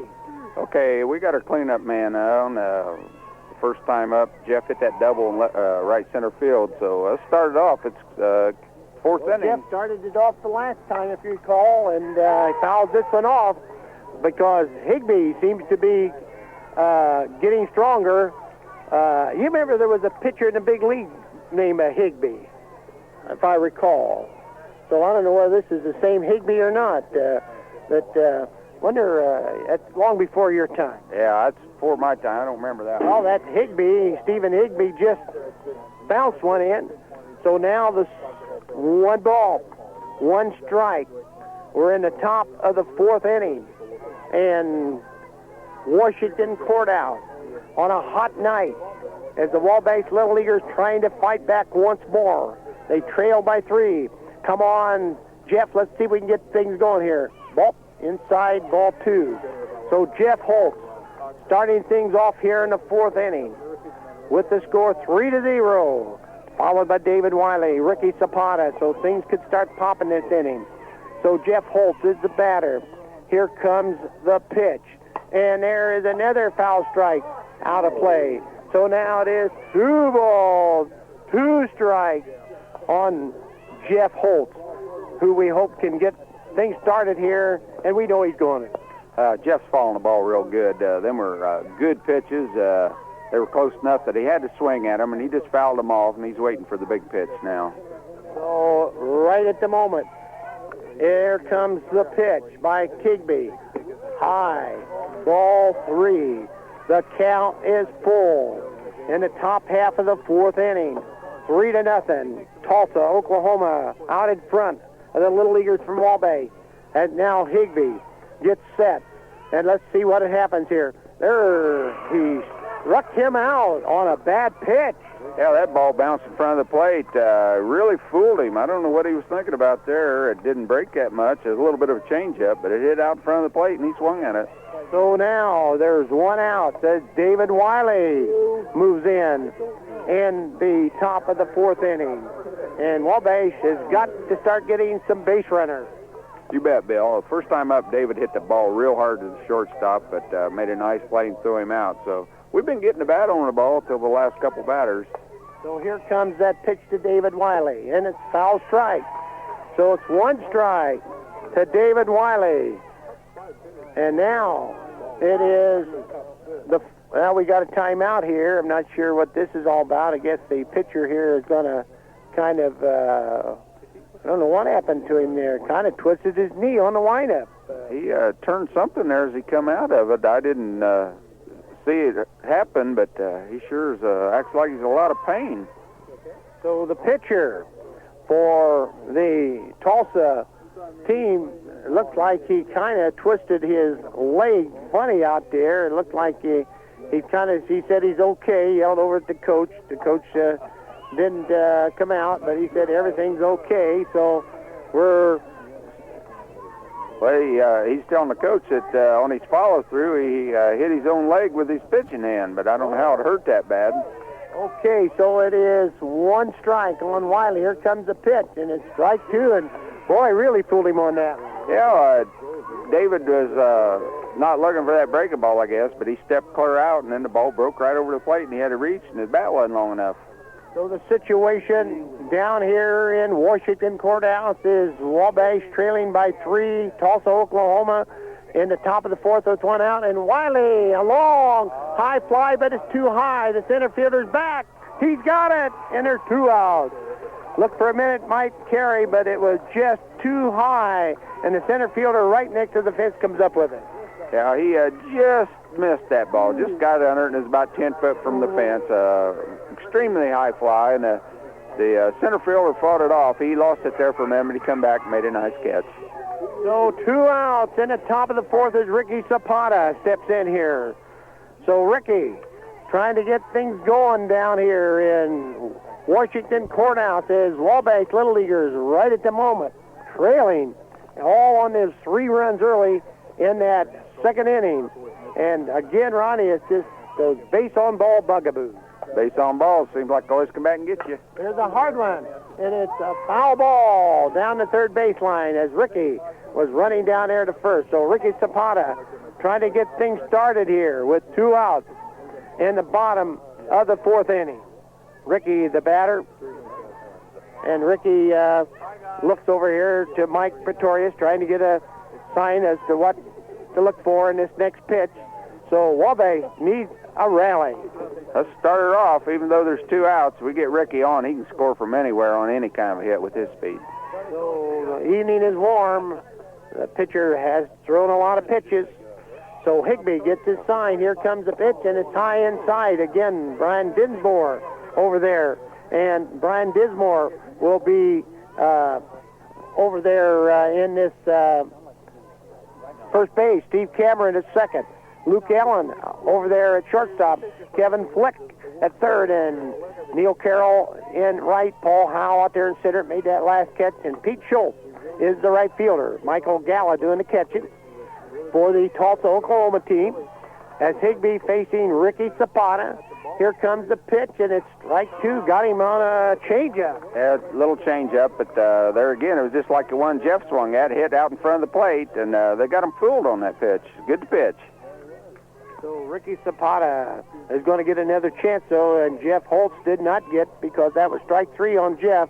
So Ricky, very disgusted with himself, steps in here with 2 outs in the bottom of the fourth of a 3-0 game. And there is going to be a hit single. And almost, what a beautiful stop by the right fielder, Brian Schultz. As Zapata might have turned that maybe into a triple, but he's only going to be on there with a single. So we've got a hit here with 2 outs, and Derek Furness stepping in. Okay, Ricky blooped on into right field there. The right fielder got caught between a rock and a hard place. He didn't know whether to dive for it or take the short hop, and that ball gets by him. Ricky can score on that one if that goes to the wall. So Derek Furness now steps in. Here comes the ball. So maybe with Derek batting left-handed and Zapata getting that base hit, boy, what a stop by the left fielder. Just dropped in front of him, and if he slipped and caught that ball in his glove, it would have gone around him. And now we've got timeout. Yeah, he made an excellent play. Short hopped that ball and held Ricky to a single. So we got Derek up here with 2 down, and he's known for getting about on the ball. So Ricky will be running with 2 outs, so anything can happen here. 1 ball count here in the bottom of the 4th. Derek Furness is the batter, and Ricky Zapata on first. And here comes pitch number 2, and that's a called strike. Well, Tom and Teresa Arrett and all the children, Jason, Brandon, Nick, and Tiffany, said get those bats going for the Little Leaguers out there as Derek Furness is up with Zapata on first and a count of 1 ball, 1 strike. Okay, the ball was up in the letters.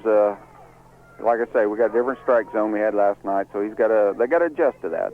Okay, and now here comes the pitch by Higbee, and it is called strike 2. So they're going to have to start swinging the bat in there. There was a good pitch. That was on the outside corner, right down the waist high. So Wabash in trouble here in the bottom of the 4th inning. Top of the 4th inning, we should say. 3-0 score, 2 outs, a runner on. Here comes the pitch, and high. There goes Zapata. There is the throw, and he's caught. They caught him at second base. A good throw by the catcher. So Ricky Zapata has been retired, so it's no runs, 1 hit, no one left. We played through 3 1/2 innings down here, and Tulsa out of Oklahoma out in front, 3-0 over Wabash. We'll be back. Clark's Finer Food would like to congratulate the Wabash Little League All-Stars on their Indiana State Championship. The entire Wabash Little League program has done a super job in bringing a 3rd state title back to Wabash. Thanks to the dedication of so many people, our Little League program remains Indiana's finest. Keep up the good work. Support our kids in this Central States tournament. They deserve all the best. And speaking of the best, this week at Clark's, pick up a 2-liter bottle of Pepsi Cola for only 99 cents at any of our 3 locations, 276 Manchester Avenue, 1150 Cass Street, and 120 Hale Drive. Again, your friends at Clark's wish you all the best. Mike Garrett and Gary Sloan of Garrett & Sloan Colonial Mortuary would like to thank the Wabash Little League All-Star coaching staff for their time and their dedication to the team. Manager Mike Pretorius, along with Coach Jim Widner and statistician Bill Hensley, have put forth that extra effort to instill in our All-Stars a winning attitude that's sure to pay off this week during the tournament and in the future. Thanks to them, our entire Little League program is a success. So hats off to the Wabash Little League coaching staff from Garrett & Sloan Colonial Mortuary. Well, we're going in here in the bottom half of the 4th inning. Ron Sparling, and Wabash right now has got to get things moving, as at the moment things are tough down here against the Tulsa, Oklahoma team. We've got 2 more innings to come out of this hitting slump and get a run on the board. Yeah, we don't dare give them any more here in the bottom of the 4th. We do have 2 more chances. They're just out hustling us right at the moment, Bill, and we just got to bear down, get the bat on the ball, and let's out hustle them for a while. 3-0, Tulsa, Oklahoma out in front of the Little League from Wabash. Well, I suppose our friend Jay Parrott's up there taking in this ball game and wondering what's going on. Well, I imagine he's listening. I called home last night, and some guys said I didn't do too well, but I said, well, if Jay Parrott can do this, anybody can, so I'll give her one more try. Okay, Ron, doing a good job. Well, the batter in there, according to my stats, Ron, is the leadoff batter. So let's see what Brian Dunsmore, he has struck out, he has singled, so that means he's got one of the 4 hits that they have, and I think he was in on that big inning when they scored those 3 runs. Yeah, he got the hit that started the scoring off. Left-hand batter, he hangs in there and swings good and gets a strike and gets a ball he can hit. So it is a tough one right here at the moment. Here comes the pitch, and it is a called strike. Well, some of the gang up there at the Breakfast Club, Gus Thompson, Merle Gamble, Marvin Hamilton, Burnell Barnett, all wishing the Little Leaguers their very best down here tonight. And it is a 3-0 game. Here's a hard hit ball. Zapata comes in and slipped as he went for it. And there's going to be a base hit all the way. Might have had a chance if he hadn't slipped. And once again, Tulsa in the bottom of the fourth puts that leadoff batter on. Yeah, it's unreal the way the ball's bouncing tonight. There's a little dribbler up third baseline. Ricky went to fielded it, and it took a bad hop to Ricky's right, and he fielded it, but by that time it was too late to throw him out. So it is Paul Howell, now the batter. And it is ball one. Now Paul Howell has really been a thorn in the side of the Wabash Little League tonight. He has 2 singles. Yeah, he's the only batter to get one. A hard hit ball all the way out to the right field corner.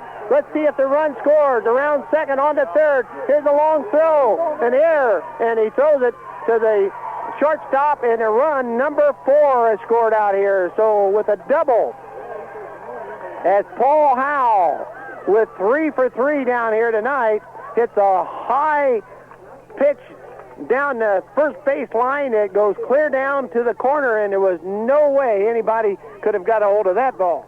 Yeah, he ripped that right over Jeff Holtz's head, right down the line. It's probably 2 foot fair. Went clear down into the corner. Brian hustled down there, and we were fortunate to hold him to a double, but the run did score. All the way from first, and now it is 4-0 out here tonight. Tulsa, Oklahoma, over the Wabash Little Leaguers in the bottom of the fourth inning, and a man on second, and again, no out as Luke Allen comes to bat. Luke has singled and been on. There's a high fly down there. Boy, all the balls are going out in the right field area. Okay, Kerry's throwing real hard. They're not getting around on it, but boy, they're pushing them a long way down that right field line now. So the Little League from Wabash in the bottom of the fourth trail now by 4 runs to this Tulsa, Oklahoma team. And Tulsa has come out swinging, but they got a lot of help in that first inning. When Wabash walked the first 2 batters, the second man got on with a fielder's choice, and with the bases loaded and no out, they ended up scoring 3 big runs in that inning. And now the ball gets away a little bit, but Josh makes a good stop, and it's 1 ball, 1 strike. Okay, Kerry's getting the ball down and in, but they're right around the plate, and we just got to hold them here. A couple more runs and about put us out of it. So Luke Allen, the batter, the pitch, hard hit ball. Baker up with it. We'll have to go to first. The runner will go to third, 1 out. So Brandon Baker with a nice stop of Luke Allen. And now the cleanup batter, Fleck, who tonight has been thrown out by Baker, has got on by a fielder's choice. And now we've got a timeout, and I see what they're going to do here. So, well, this is a surprise, right? What's going on here?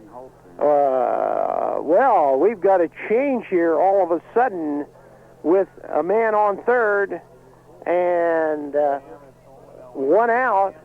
And we're going to go back and hear from one of our sponsors and be right back. We've got a second pitching change down here in Washington Courthouse, Ohio for Wabash.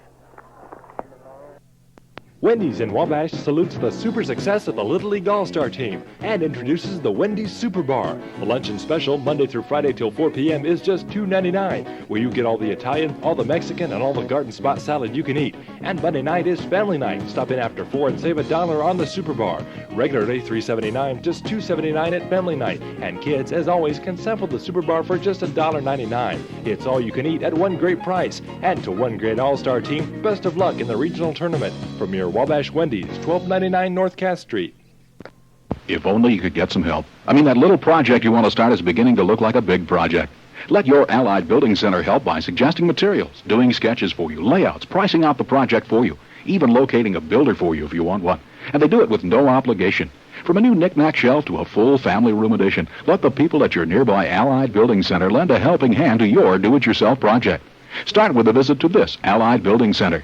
Your Allied Building Center is the Wilkinson Lumber Company at 96 North Huntington Street in Wabash. Phone 563-1072.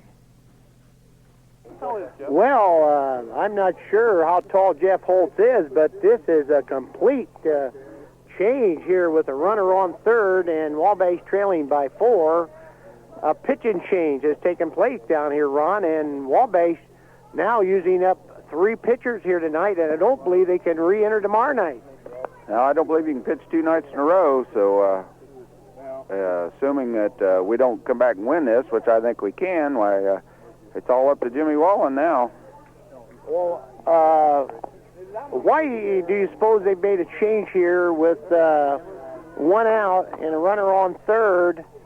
And it could be maybe they could come back and win this ball game. They're only trailing by 4, so Mike might know something we don't know. Well, Mike wants to keep us close. He thinks we can still win it, so he's bringing Jeff in to stop him here in this inning. We can't give him any more.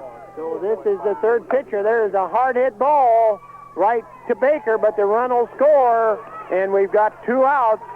So the first pitch that Holtz throws, Flick drives it down to Baker, and now it is 5-0 in the bottom of the 4th inning. Ron, a call has come in and wanting to know, of course, win or lose, Wabash is still in the tournament. If they lose, they play tomorrow afternoon at Wabash time, 5 o'clock. They would play Michigan, but we don't want to lose. No, sir. If we win, then we'll be off tomorrow, and then we'll come back and play Friday. So that's the situation at the moment, and let's don't count them out yet because there's 2 innings to go, even though they've scored 2 runs in this inning, and we've had 3 pitchers in here tonight as Holtz gets set, and here comes the pitch, strike 2. So now it is 2 outs, 1 strike, I guess, in there to the batter, Pete Schultz. So Jeff Holtz fires, and it's high inside. No one on. So it is 1 ball, 1 strike, bottom of the 4th. It's 5-0. Tulsa out of Oklahoma, out in front of Wabash. They've scored 2 runs in this inning. They scored 3 in the second. We're in the bottom of the 4th. So Jeff Holtz trying to hold this score down here in the bottom of the 4th. And here comes the pitch, and it's swinging right to. So Wabash using 3 pitchers in here tonight. Started with Tayo, followed by Kerry Tonovich, and now with Jeff Holtz here. And here comes the pitch in here, and it is a hard hit ball in between the center fielder and the right fielder, all the way to the wall. Schultz around first, headed for second. A double by Schultz of Tulsa, Oklahoma.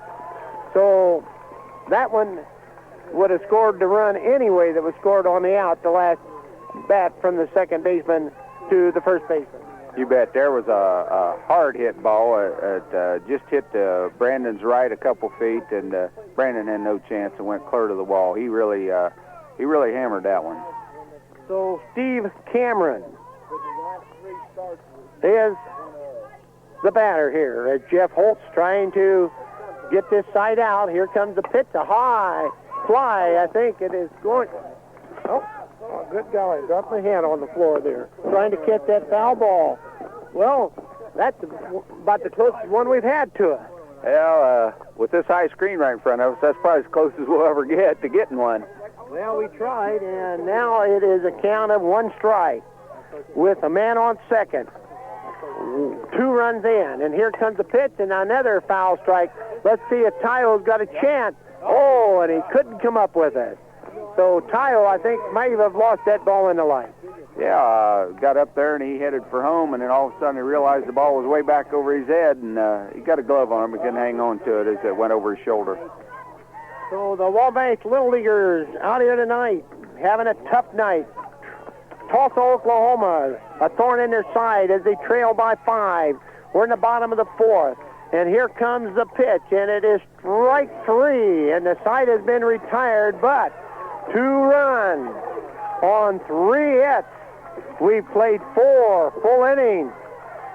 And Wabash has got to come to bat and come to life. They trail 5-0. First National Bank in Wabash. We're the bank of a lifetime, the bank of a lifetime. The First National Bank in Wabash offers you convenience with more locations than anyone else. 3 in Wabash and the LaFountain branch, with their 24-hour transactor teller machine ready to help you deposit or make withdrawals any time of the day or night. The First National Bank. First National Bank in Wabash, with offices in Wabash and LaFountain. Member FDIC. It's a pathway that leads from here to tomorrow, from sea to shining sea. The great American road, the great American road belongs to Buick. See a Buick today at Denny Motor Sales in Wabash, and best of luck to the Wabash Little League All-Stars in all their postseason endeavors. From Denny Motor Sales, 50 West Water Street in Wabash. Well, right back down here at the Little League Diamond, and remember, it's not over. Joe Grounder down to the third baseman, and he beats it out for a hit. That might be the big hit of the game. Furness leads off with a single on the first pitch. Okay, we got a chopper down the third baseline. The third baseman let it go. It definitely went foul, but Derek hustled down the line and just beat it out. So maybe this is the start of things to come. Jeff Hodson is the batter. So it is a 5-0 ball game. Tulsa, Oklahoma out in front as Jeff Hodson now steps in with a runner on. Ball inside as the Tulsa pitcher, Steve Higbee here, has a 5-run lead over the little team from Wabash as we start the top of the 5th inning down here. So here comes the pitch, and it is a called strike one. So 1 ball, 1 strike. On the batter, Jeff Hodson. Derek Furness on first base. No outs. Wabash trying to get something going here. So here comes the pitch, and it's ball inside low, ball 2. So ball 2, strike 1, Jeff Hodson the batter. And it is Wabash in the top of the 5th inning. They trail by 5 in Washington Courthouse, Ohio. The pitcher gets set, and it's a swinging strike 2. Ball gets away. There goes Furness to second. He's in there. And now we have a runner on second with no outs, and the batter with a 2-2 count. There's another ball hit in front of the plate that we swung at. That wasn't even really a breaking ball, or I wouldn't even call that a changeup. He just swung and caught a bad ball out there. So Steve Hodson is the batter with a 2-2 count, and here comes the pitch, and high, ball 3. So it's ball 3, strike 2, no outs. I don't believe this man has walked a batter tonight.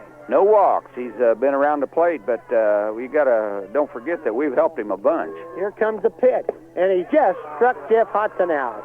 So Jeff is a strikeout victim. And now with the runner on, he did foul the ball, but the catcher came up with it, and now it's up to Josh Long here. And I believe we're going to get a pinch hitter for Josh. Looks like Jimmy Wallen's going to come out and swing a bat for Josh. So Jimmy Wallen is going to become the batter down here in Washington Courthouse in this Central Regional Tournament, Little League Baseball Tournament 1988. Jim is batting 158 as he goes up here in the batter's box, right up to date here. So we need a big hit in here by Jim as he bats for Josh Long with a runner on second. And Jim just swung at a bad one. Well, there's that ball out in front and down in the dirt again. But that was a good breaking ball, and he just fooled him. So Jimmy Wallen batting in there for Josh Long with 1 strike. A man on second here. Like to get another man on. We got the big sticks coming up here, and here comes the pitch by the pitcher, and he fouls it off. So Jimmy Wallen is in the hole with 2 strikes. Derek Furness on second. Top of the 5th inning. Tulsa, Oklahoma, 800 miles away from home, leading Wabash 5-0. We're in the top of the 5th. Let's see if these little guys can come back in here. Jimmy could get a hit. Here comes the pitch. And it is a called strike 3. So Jimmy strikes out. Got 2 strikeouts after that single in there by Furness as a leadoff hitter. And once again, it's up to Tonovich. That was a good fastball high inside on Jimmy. The umpire said he went around, and he did. The pitcher was Higbee. He seems to be getting stronger and stronger here all of a sudden. Top of the 5th inning, 2 outs, 5-0. And here comes Terry Tonovich. So Terry Tonovich has a strike called, and that one I think fooled him, a curveball. That was a good breaking ball. That's the best one he's thrown all night. It started inside and broke outside. There was nothing Kerry could do with that one. So Kerry Tonovich is the batter. And there's 2 outs in the top of the 5th with the runner on second, Derek Furness. And here comes the pitch, and there's a little blooper that could drop. Let's see it drop. A run should score. Tonovich is around first. He's headed for second, and he's in there. And Wabash has scored their first run of the night, and it now is a 5-1 ball game. A double by Tonovich. How about that? So Tonovich with a big double. They looped that right down the right field line. There again, though, that right fielder really hustled over there to hold him to a double, but we got our first run in. We still got that man on second, and got the big sticks up, so let's keep it going. 5-1 as Wabash in the top of the 5th after 2 outs have scored run number 1 down here tonight. So Kerry Tonovich now it is Brandon Baker. Brandon has singled and has been thrown out, so he's hit the ball both times. Oh, boy. They're going to... It hit him. Well, they said it hit the end of the bat, rolled it down the first base line. I thought it hit him, but it hit the end of the bat, and it rolled down the line, and the Tulsa, being very alert, went down and picked the ball up and fair and threw him out. I'm not sure really what did happen there. The ball came in on him, he dove, he fell out of the way, and it evidently the umpire thought it hit the bat. Well, 1 run on 2 hits. The Wabash are going to have one more time to come to bat. They trail with 4 1/2 innings of play down here by the score of 5-1.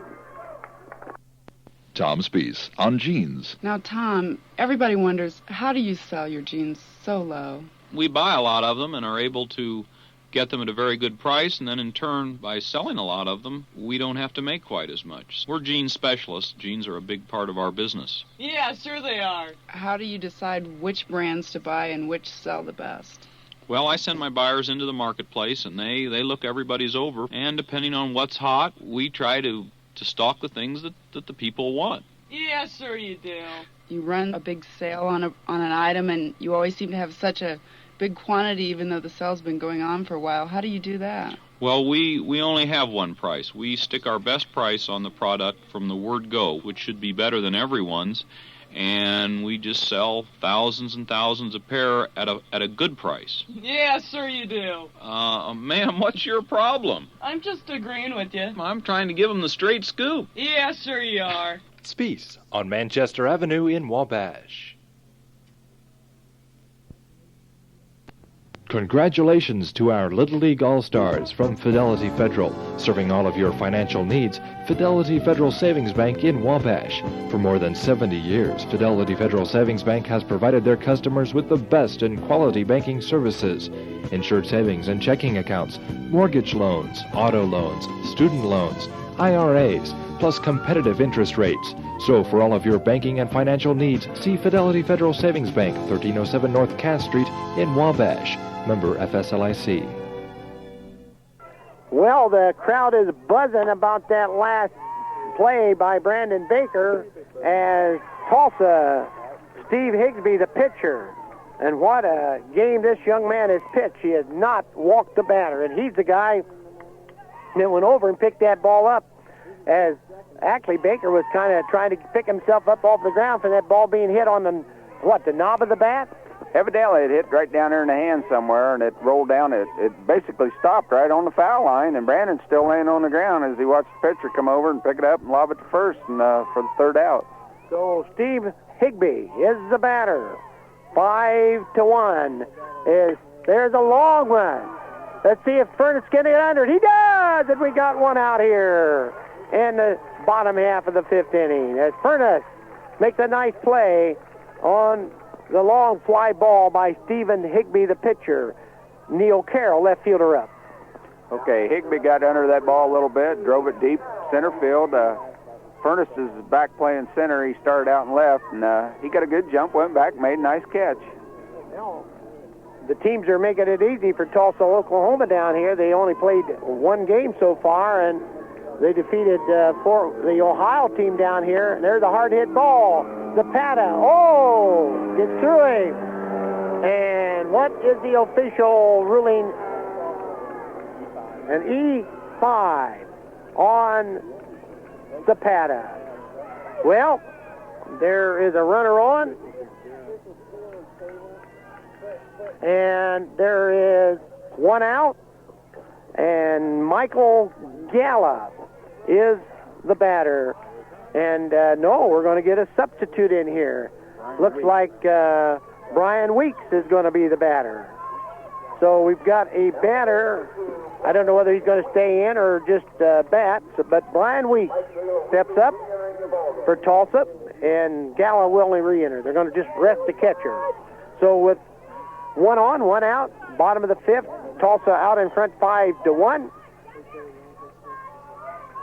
It is a pinch hitter for Tulsa's batting. There's a hard hit ball to Wiley over to second, and we have one out. No chance for the double play. So Weeks is on with a fielder's choice, as Carroll was retired from the shortstop Wiley to the second baseman Brandon Baker. So it's 2 outs in the bottom of the 5th. And, of course, everybody's buzzing because Wabash has got to come back in this final inning with 4 runs to tie and 5 to get ahead. Well, anything can happen. We got a lot of good hitters, but here's that leadoff batter again. It's hung in there and got 2 hits, so we don't dare give him any more. So Jeff Holtz is on the mound. Jeff pitching this inning. Jeff went in to relieve Kerry Tonovitz, who Tonovitz went in to relieve Brian Tayo. So 3 pitchers used down here tonight. Strike. So it's strike 2 on that batter. And now it is 2 strikes on the leadoff batter, Dunsmore. Down here as Wabash trails by, there's a pitch, a hard hit ball. Wiley up with it. We'll go to Baker, and they're out of the inning. So on with the fielder choice. And now everybody on your feet, as Wabash has got to come to bat here and do something because they trail by a 5-1 score. We'll be right back. You have a project around the house that needs doing, but you're afraid to tackle it, worried that you'll get started and not know what to do. Well, the answer is as close as your nearest Allied Building Center. They're there to help you do-it-yourselfers. Helpful hints, suggesting materials like what kind and how much to buy. They'll do sketches for you and layouts, and they'll price out the project for you. Locate a builder if you want one, and consult with you, all with no obligation. So get going on your project, and start with a visit to this Allied Building Center. Your Allied Building Center is the Wilkinson Lumber Company at 96 North Huntington Street in Wabash. Phone 563-1072. Millions of miles and millions of cars, more of them every year. They're riding on Kendall Motor Oil. That's what I hear. Racing champion Big Daddy Don Garlitz demands the protection of Kendall Motor Oil. Shouldn't you? Don Garlitz and Kendall Motor Oil. Year after year. Kendall, protection worth its weight in gold for more than 100 years. Robin Hood, your Kendall oil dealer in Wabash, salutes the Wabash Little League All-Stars in their playoff competition. Best of luck from Robin Hood in Wabash. Well, the pressure is on as Brian Tile will be the leadoff batter down here in the bottom or the top half of the 6th inning, as Wabash has got to come up with 4 runs to tie, 5 runs to get ahead, because this is their last bat against Tulsa of Oklahoma. If they lose, they're going to have to come back and play tomorrow afternoon at 5 o'clock Wabash time against the team they defeated last night Michigan. Okay, here we go. We got Tyo, Holtz, Wiley, and Zapata. This is our big stick, so we're not out of it. So Brian Tyo takes ball one as Higbee. Kind of a little bit like the last inning that he begins to overthrow and bounce one in. Okay, he's bounced a bunch of them in tonight, but that's the first time in the last 2 games Brian hadn't swung the first pitch, so they're going to be a little more selective now. We need base runners. So Brian Tyo is going to be the leadoff batter. Now, pitcher taking a little bit of time. The umpire steps out in front of the plate, and I guess he kind of wants to look the ball over. So Tulsa of Oklahoma here come in after defeating Ohio with a last-minute home run in the bottom of the 6th inning on Monday. And Tyo swings, and it is 1 ball, 1 strike, and Tyo's hit the ball, but right after somebody tonight. Okay, there was a good pitch down and out. Brian thought he could get it. He swung, he had a good swing at it, but it was just excellent. Brian Well, the first 4 batters could all be big hitters in here. We can just get a man on. Yeah, we got the big sticks. Just relax, be patient, get the base runners here. So it's 2 balls, 1 strike. Ooh, got him with a high inside corner. Okay, jammed him with that and fooled Brian Little. It was a good fastball. May or may not have been a strike, but he jammed him good, and Brian just couldn't get on it. So Brian Tyo is the batter with 2 balls, 2 strikes. Top of the 6th inning, Tulsa out in front 5-0 here. These little guys have got to get some runners on. Again, the batter steps out of the batter's box, and the pitcher steps off the mound. Got a little bit of challenge here. This pitcher, Higbee, has not walked a batter. No walks, but there again, we've helped him some, too.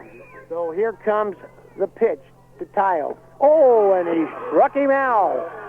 And that's 2 times in a row that Tyo tonight has struck out, and that is something for Tyo. Yeah, that's unbelievable. It was a high fastball up in his eyes.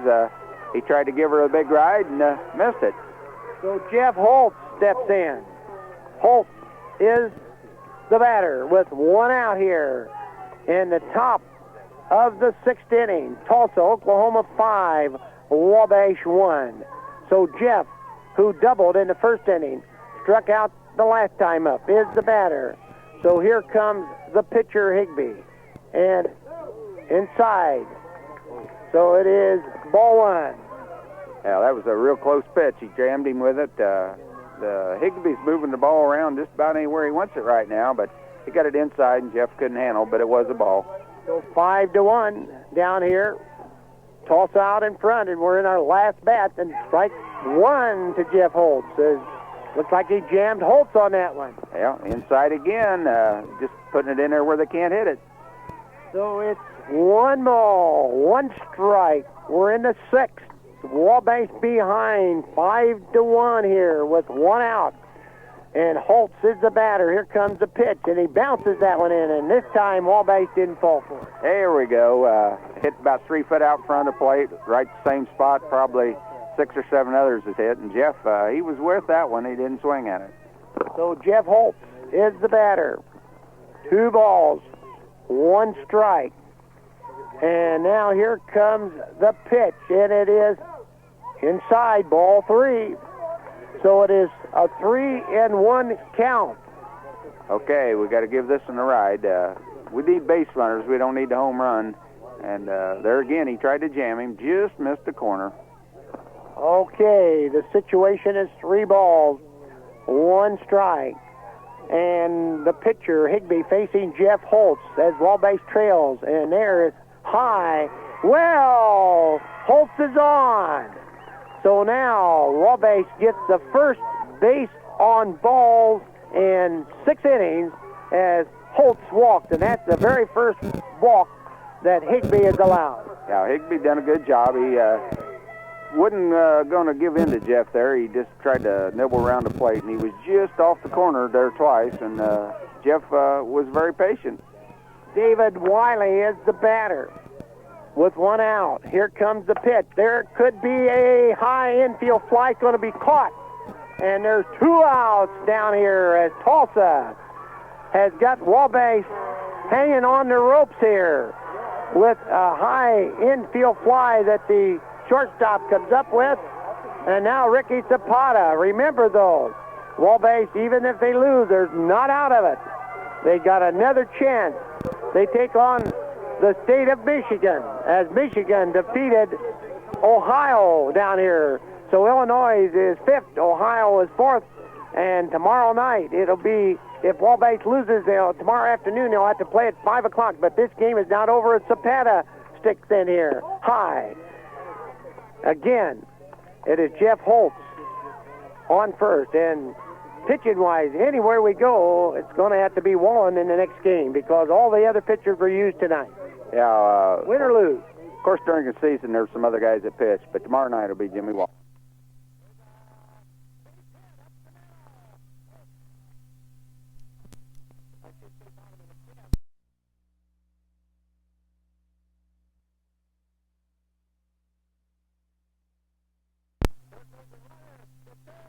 Is in there. Both runners will advance.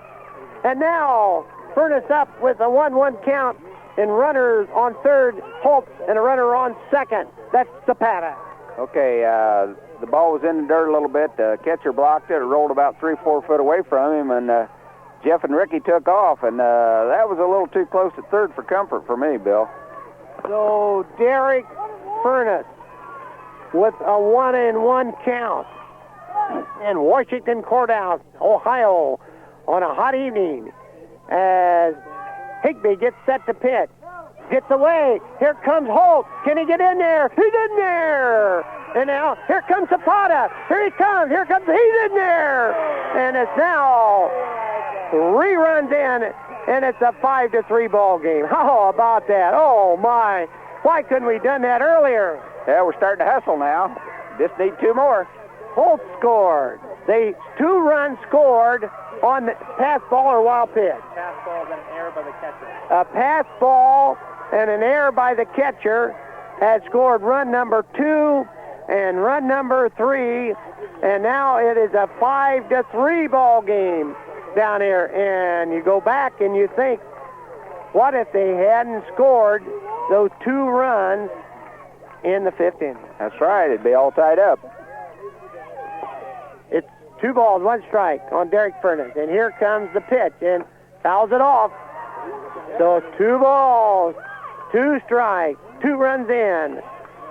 Boy, Zapata really picked up, and again, and going home last night with that winning run and coming in on that dare there. Yeah, he started out on second base. The ball went to the screen. Jeff scored. They throwed it back trying to get Jeff, and they rolled about 10 foot in front of the plate. And old Ricky, he just kept coming and scored.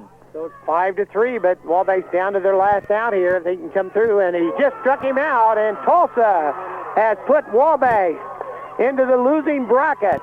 Tomorrow afternoon at 5 o'clock, they will play the team they defeated last night, the team from Michigan. So we'll be back with more right after these words. Your Bank of a Lifetime First National in Wabash has an investment of a lifetime for you, the new Rate Riser CD. The Rate Riser CD from the First National Bank lets you take the advantage of high interest rates that come with longer-term certificates, but it doesn't lock you in if rates go up. The First National Bank Rate Riser CD gives you the one-time opportunity to raise your interest rates during the term of your certificate. All the while, you get the safety and security of the First National Bank in Wabash. The Rate Riser CD from the First National Bank in Wabash, member FDIC. Mike Garrett and Gary Sloan of Garrett and Sloan Colonial Mortuary would like to take this opportunity to recognize the members of the Wabash Little League All-Star team. Number 2 is infielder Eric Bear, the son of Ron and Rhonda Bear. Number 3 in the infield is Jeff Hodson. Jeff is the son of Larry and Christy Hodson. Number 4 is outfielder James Honeycutt, the son of Jimmy and Melinda Honeycutt.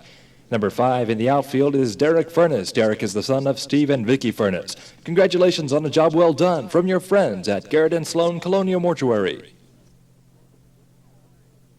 Well, I would say, Ronnie Sparling down here tonight, that it might have been Stephen Higbee who pitched in there for the team from Tulsa, Oklahoma. And, of course, the three pitchers of Wabash who had just tough luck down here tonight and just let those 5 runs get in. And, boy, if we could have just have held them that 5th inning to 3 runs and knowing we were going to get 1 run in the top of the 5th and 2 in the top of the 6th down here, we would have had a tie ball game. Your thoughts on the ball game? Well, let's look back. They're the first couple innings. What they had, the first 5 hits, 1 ball was out of the infield. They were hitting them just to the side of our players, and we come up and hit the ball hard, but hit them right at them. And it's one of those nights that it can happen to any team. It even happens to Cubs once in a while. So, anything can go. We'll be back tomorrow night, and we'll be ready to go. Well, I think they're already flipping to see who gets the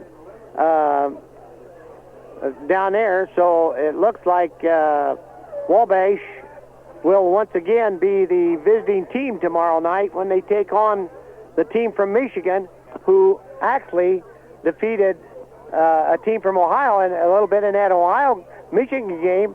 Ohio was out in front 3-2 going into the 5th inning when Michigan scored 6 runs and then came back and scored 4. And again, a tough break in there for the Wabash Little League team. We'll be back with some more right after these words.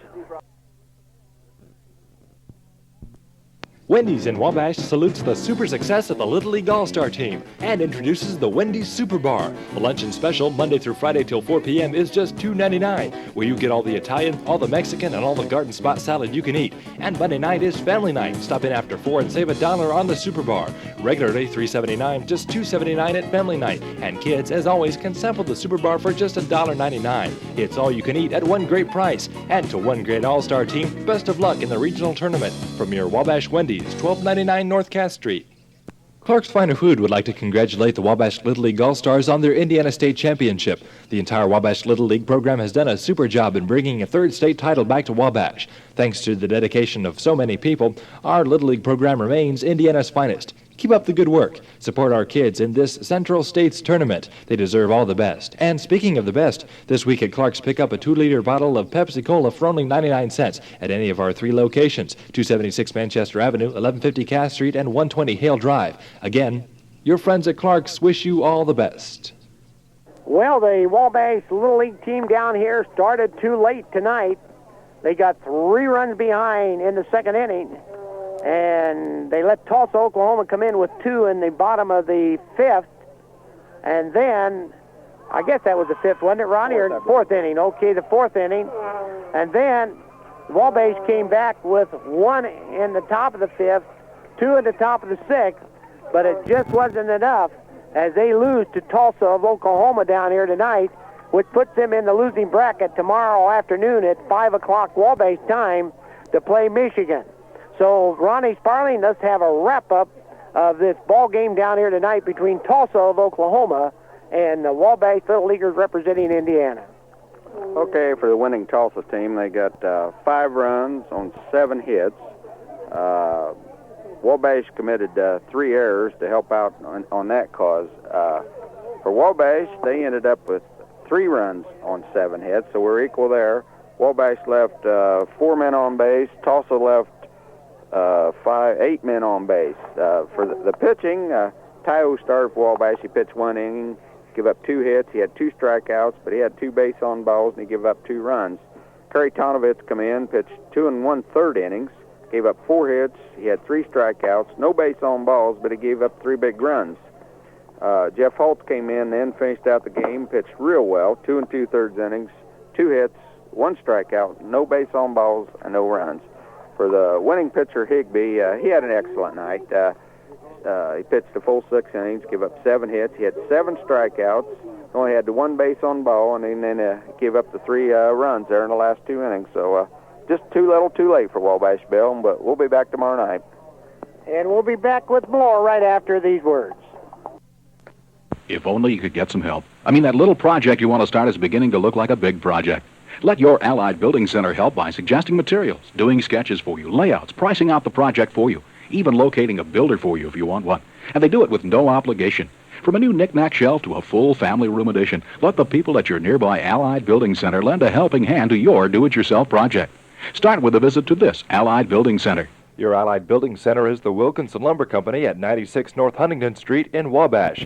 Phone 563-1072. Congratulations to our Little League All-Stars from Fidelity Federal. Serving all of your financial needs, Fidelity Federal Savings Bank in Wabash. For more than 70 years, Fidelity Federal Savings Bank has provided their customers with the best in quality banking services. Insured savings and checking accounts, mortgage loans, auto loans, student loans, IRAs, plus competitive interest rates. So for all of your banking and financial needs, see Fidelity Federal Savings Bank, 1307 North Cass Street in Wabash. Member FSLIC. Well, right back down here. Well, we had a tough night down here. We had a tough night trying to get some of the calls in, but we just didn't get them down here tonight as there just wasn't enough time. We're going to ask Forrest Cameron just to comment on the fine team from Tulsa, Oklahoma. Well, Forrest, you put in two of the Wabash boys tonight. Well, Bill, when we started the game, I said that Wabash was going to see the ace of Tulsa, and Higbee was throwing tonight as hard as I've seen him throw all year. The ball was really popping in there. You could hear it with a catcher's glove, and I think that threw Wabash. They were just a little bit late on getting around on him. And also, Tulsa has a very good fielding ball club, and you might have noticed that. That might have taken a little bit out of Wabash there. But from what I hear about Wabash, they're not out of this thing, and they like to come back, and we could see a Tulsa-Wabash rematch here in a couple of days. Well, we sure hope so. Of course, Wabash now will have to come back tomorrow afternoon and take on a team that they defeated last night by Ricky Zapata stealing home in the final inning to win 5-4. But as you said, Tulsa now gets the day off, and they will play the winner on Friday at 5 o'clock of the game tomorrow at 5 o'clock our time. So, again, it was a very well-played game for us. And, again, I think Wabash maybe had got out of that second inning without giving you a run. This might have been a different ball game. It would have been a different ball game. There's a lot of psychology in all levels of baseball. People talk about the kids can get down, but you can see the pros get down. The World Series last year, Minnesota and St. Louis, it can happen to anybody. And Tulsa was, they got some good infield hits, got some runners on, had some things going their way, and if this had been a 9-inning ball game, it might have been a different story because Indiana got their runs there in the top of the 6th inning, and it looked like they were going, but all of a sudden they had 2 in, but there were 2 down, nobody on, and they were at the lower part of the order, which was lucky for Tulsa at that point because Hibbig could have been tiring just a little bit. He hadn't walked anybody until the 6th inning, so you never know, and I guess that's why they do have 6 innings at this level of baseball for the kids. Okay, and Forrest, we appreciate your comments, and of course tomorrow night we'll try to get back and take you guys on from Tulsa, Oklahoma one more time. Indiana and Tulsa. One thing, though, you have Wayman Tisdale. He was a Tulsan, so people like Indiana and Tulsa. Okay, well, we'll be back with a final word right after these words. Millions of miles and billions of cars, more of them every year. They're riding on Kendall Motor Oil. That's what I hear. Every year, more Americans demand the protection and quality of Kendall Motor Oil. Shouldn't you? They're riding on Kendall Motor Oil, year after year. Kendall, protection worth its weight in gold for more than 100 years. Robin Hood, your Kendall oil dealer in Wabash, salutes the Wabash Little League All-Stars in their playoff competition. Best of luck from Robin Hood in Wabash. Tom Speece on jeans and people who have never shopped Speece. Well, I think a customer who's never shopped my store, I think I would want to convey to them that there is a better place to buy their denim products than where they're buying them. They can buy their jeans from me for less money with a greater selection, and that's our strongest point. I'm not going to come on and say, yes, we've got them for not very much money, but we've only got 200 pair per store. My idea was let's get a pair on every woman in this community who wants them, and then let them decide for themselves if I'm not a better place to shop. Or are we just going to let 100 people have them and say, well, I got them, but now they're back up to $25. You know, that's not fair. I want to promote jeans in this community. That's the whole thrust of my new music video is I'm a jeans man, baby. Speece. in Fort Wayne, Marion, and on Manchester Avenue in Wabash. Right back here at the Washington Courthouse, and the Wabash Little Leaguers tonight lose a tough one. They had 3 runs on 7 hits. They had 3 errors. And it was Tulsa, Oklahoma with 5 runs on 7 hits, 1 run. Jim Widner, come over here and sit down, and let's discuss this game tonight, as Wabash now are going to be forced to play tomorrow afternoon against Michigan at 5 o'clock in the afternoon. Jim Widner. That's true, Bill. We didn't want to play tomorrow. We wanted the day off. But when we got here, it didn't appear the kids wanted to play real bad. If you notice, Mike pulled them off the infield halfway through. They couldn't catch a pop-up. They couldn't field a ground ball. And it just kind of carried over into the game. It looked like they did a lot of scoring and a lot of things right. And if you stop and look at it, everything they did right was because we did something wrong. They hit 1 ball out of the infield, I believe, in the first 4 times they batted. We had them hitting it on the ground, and we were back on our heels and just couldn't make the play. They eventually did hit a couple balls out of the infield later in the game, but there's no question in my mind that we're physically the better team. We just didn't get the job done. And like we've always said, and I've said here many times, I don't mind getting beat, but I don't want to get beat by a team that we feel we can beat. The physical differences were not that great. We lost it totally mentally, and that's what's really disappointing. Jim, one question on the fact that you brought it up, the fact that totally a mental problem. A little bit surprised in that you used 3 pitchers. Well, at the one point, Brian wasn't able to get the ball across the plate. Kerry had just thrown a couple days ago. There were several reasons for making those adjustments at the time we did. Needing to save some arms for later in the week also, whether we won or lost, trying to split it up a little bit at that point. Now, if we look at things as things been going, then it puts it all in the hands of Jimmy Wallen against Michigan tomorrow. Yeah, being that we use the other 3 pitchers this evening, that leaves Jimmy tomorrow. Now, what is the general feeling of the staff tomorrow, as you will be taking on the team from Michigan, who, of course, defeated Ohio and put them out of the tournament today by a score of 12-3. And also, Jim, answering that question, the fact that you'll be playing at 5 o'clock our time, but 6 o'clock down here in the hot sun in Washington Courthouse tomorrow. What, answer both of those. Well, I don't remember the first one. Well, the first one is, what's the general opinion of the staff about having to go with 1 pitcher against Michigan tomorrow? I don't see that as a problem. Jimmy is certainly capable of winning a ball game and doing it himself. And how about the weather and the time of the ball game? The hot part of the day. If we're ready to play, it doesn't matter whether it's 110 or 20 below. If we're ready to play, we're okay. Today, we weren't ready. And we've had a couple times like that before. We weren't ready to play. And we managed to come back. Whether we can do it this time or not remains to be seen. It'll depend on what the kids can put together between now and then. Talking to Jim Widner, of course, the coach, and along with Mike Pretorius, have just done an outstanding job. Well, Jim, I noticed that not only, as you said, the team was not ready mentally, but and I know that I can tell by talking to you that you're most certainly down mentally because the team was down mentally. Yeah, as I said before, we're willing to, we don't mind being defeated. We honestly don't, as long as we put out everything we have.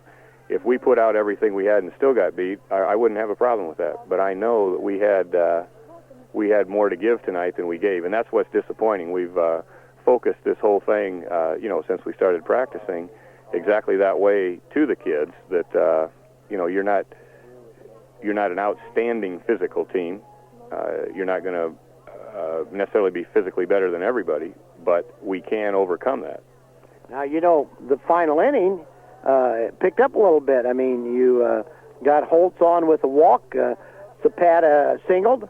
And then both of those runners scored on a big play there. The pitcher threw a wild pitch, and then the catcher made an error. There seemed to be a little bit of life, but a little bit late maybe. Oh, there was a little bit of life, but when you're up 5-1 at Oklahoma, as they were, I think there's a tendency on most teams, ours included in the past, to kind of let up a little bit, and maybe they weren't paying attention mentally the way that they might have been. It was just a matter of scoring on a couple pass balls. I guess they had a walk. Ricky got his third hit of the night, and they moved up. They did everything right, base running. I don't want to take anything away from either of those two kids in the sixth inning, but I just wonder if Oklahoma maybe didn't let down their guard a little bit. Let's take a look at Jim after the game. You had a little meeting with them, and of course all the Wabash fans that were down here huddled around the dugout, and they really patted him on the back and give him a big boost. Do you think that's going to help?